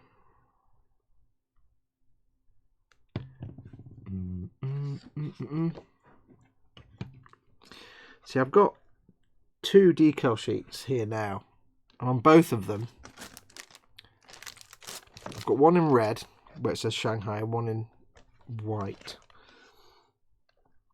I want one for the shield, one that size maybe, and one is for the base, the display base. But I kind of want to have the word Shanghai somewhere on the model, but I don't want to suddenly use one and then suddenly find I wish I hadn't used it. So if I do, I'm going to have to do it like this one, maybe. I don't know, because I'm thinking that one could go on the shield, but I've got to kind of plan this. I'm not going to do it yet, but at some point I may add the word Shanghai onto this upper torso area somewhere. But I don't know yet. What else have we got? Let's have a look. We're not doing that one. Lots of little sort of caution markings and things, because of course there are. Little cautionary things. What I might do though,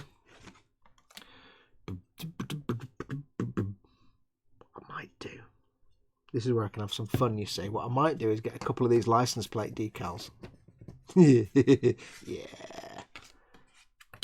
Maybe put a couple of these license plates on this bit here.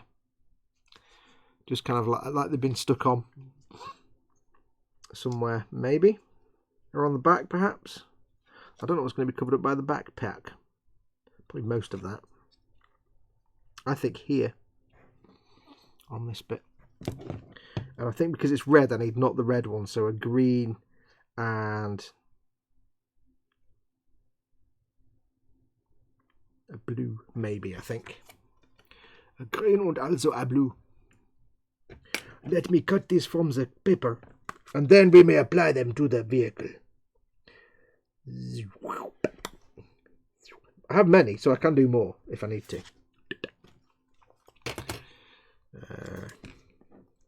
Put them in the water. These will take a while, so we'll have to talk amongst ourselves for a few moments.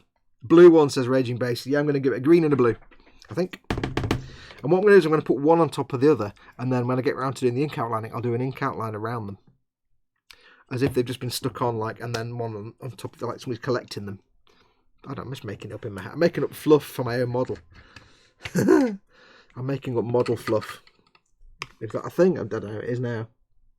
I'm going to go over with some micro sol on this puppy. Oh, not that much, dear. This will need quite a lot, though. Especially with third-party custom decals, when you're trimming them like that, you do tend to get like a gnarly edge. So it's always wise to do more decal setting solution than you would normally. just to make sure you're trying to reduce the amount of either crinkles around the edge or reduce the clear coat, the clear film down as much as possible anyway. It's always worth any method you can to reduce that film.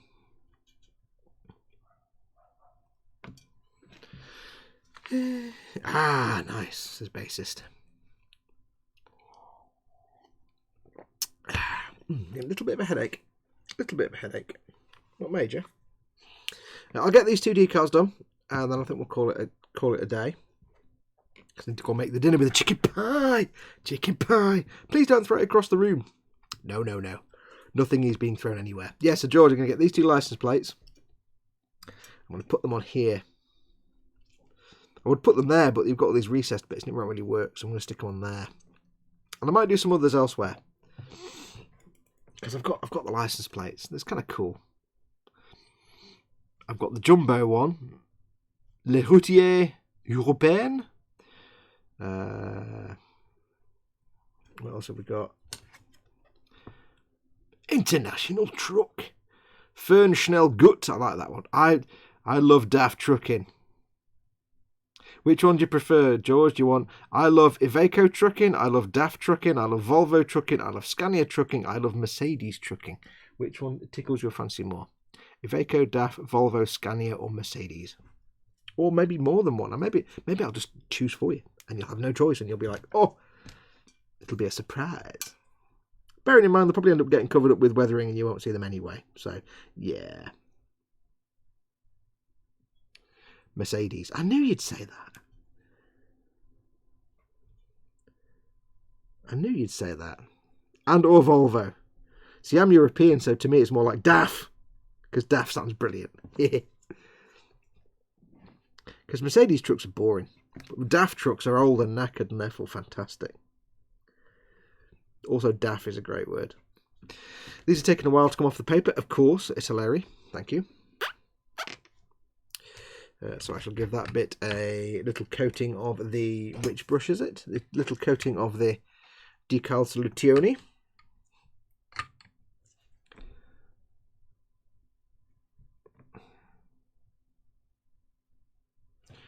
Camera dear.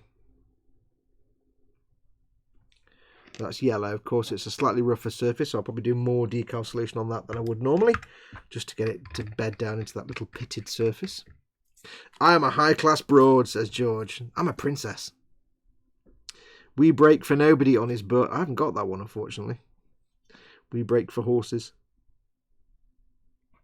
Yeah, this license plate, the top one says Kansas 78, and then it's got the number. The bottom one just says highway use, Vermont. So what does highway use mean? Why would it not have the state at the top? So one's a Vermont license plate and one's a Kansas license plate. What does it say? It says, let's see if I can get him with my Scopy helmet. It says,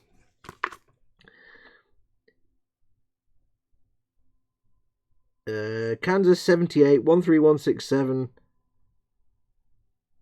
18 meter pro rate, truck pro rate. What does pro rate mean? And the bottom one just says highway use B4377 Vermont. So I don't know what highway use means. And they're just about starting to move. Wow, these take forever. Mind you, the water is probably like 3 hours old and cold. So, yeah, hot water would have been better.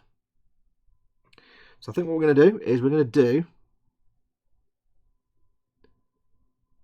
the green one first and then the blue one on top. You're a high-class broad, see?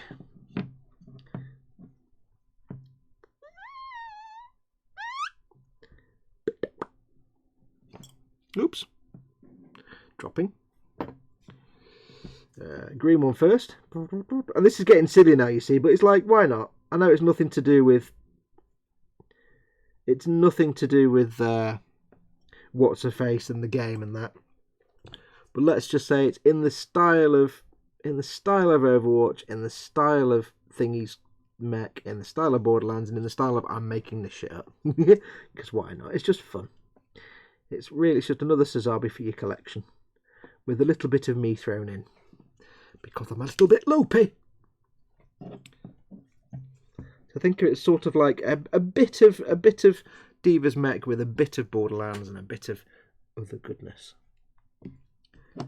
Let's see if I can get both on at in the same place without looking too cluttered. Must be a way to do it.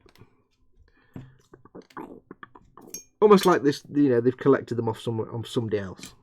This is the idea, you see. So I'll get that green one somewhere. So it's obvious that they're not the license plate for this particular thing because A, it's not a truck anyway. B, I don't want them both facing the same way though. I can't get that one up.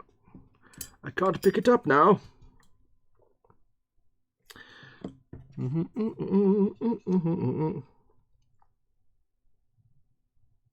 I've got to also somehow draw outlines around these, and I'm kind of realising that's a bigger thing to ask than I maybe thought at first.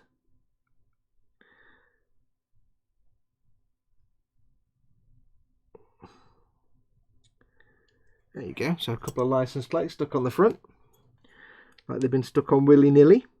I know they're not actually flat and stuff, but hey.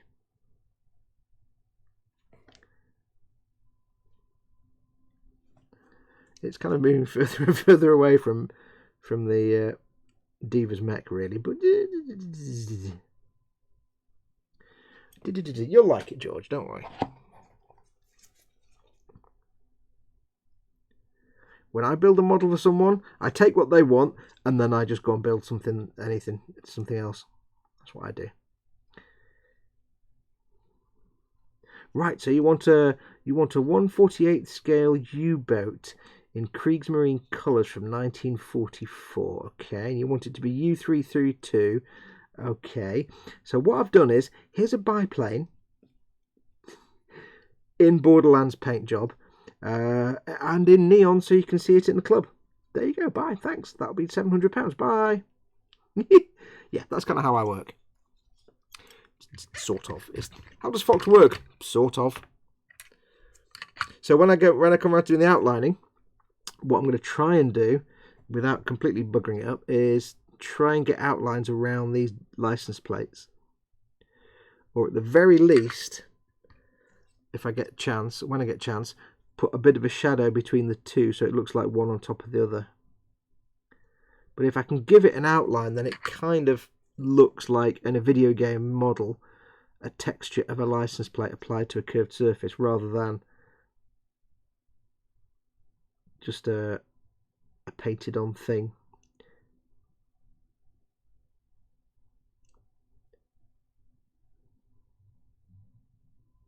There we go. What's weird is I requested a Honda motorbike. And Edward Leonard says, "My U-boat part 5, please like and subscribe."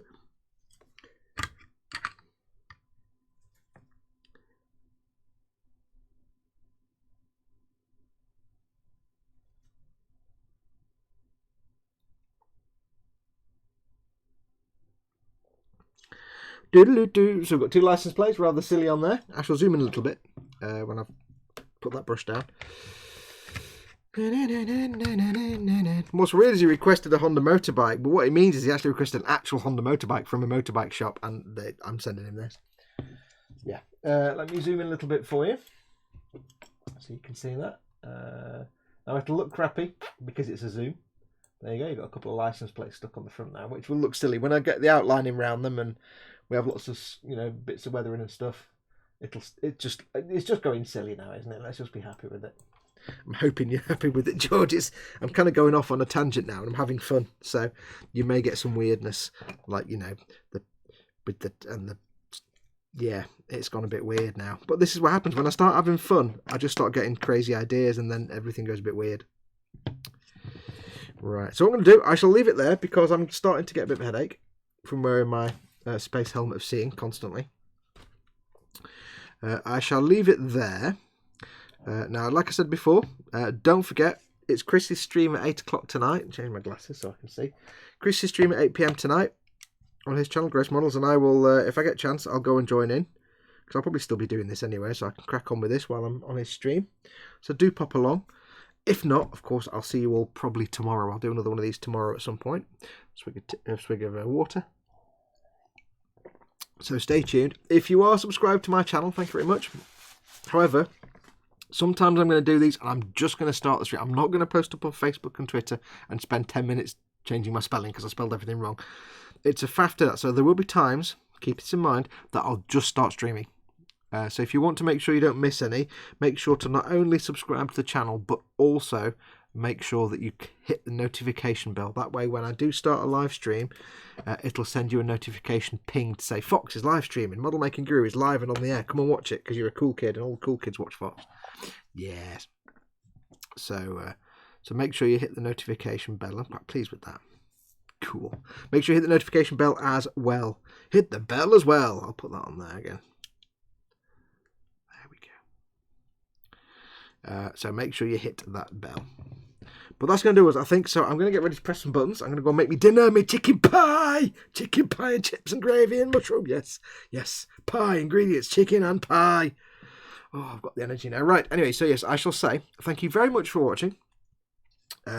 Do take care of yourselves. I'll see you later on Chris's show, most likely. And I'll maybe see you tomorrow. I was going to say something else then. What was I going to say? Nope, can't remember. Anyway, yes, take care of yourselves. Go make something awesome like this. Go be awesome, but you already... I don't know why I say that, because you already are. You're watching me. You're one of my viewers. You're already awesome anyway. Don't forget, of course, most important thing to remember is... Clap it on. As much as possible. And I shall say, take care of yourselves. Go watch something awesome. Go be awesome. And until next time, adios amoebas. I don't know what this was. I was trying to wave, but also look across the screen at something else. And my brain couldn't quite wave without looking at me. Anyway, bye!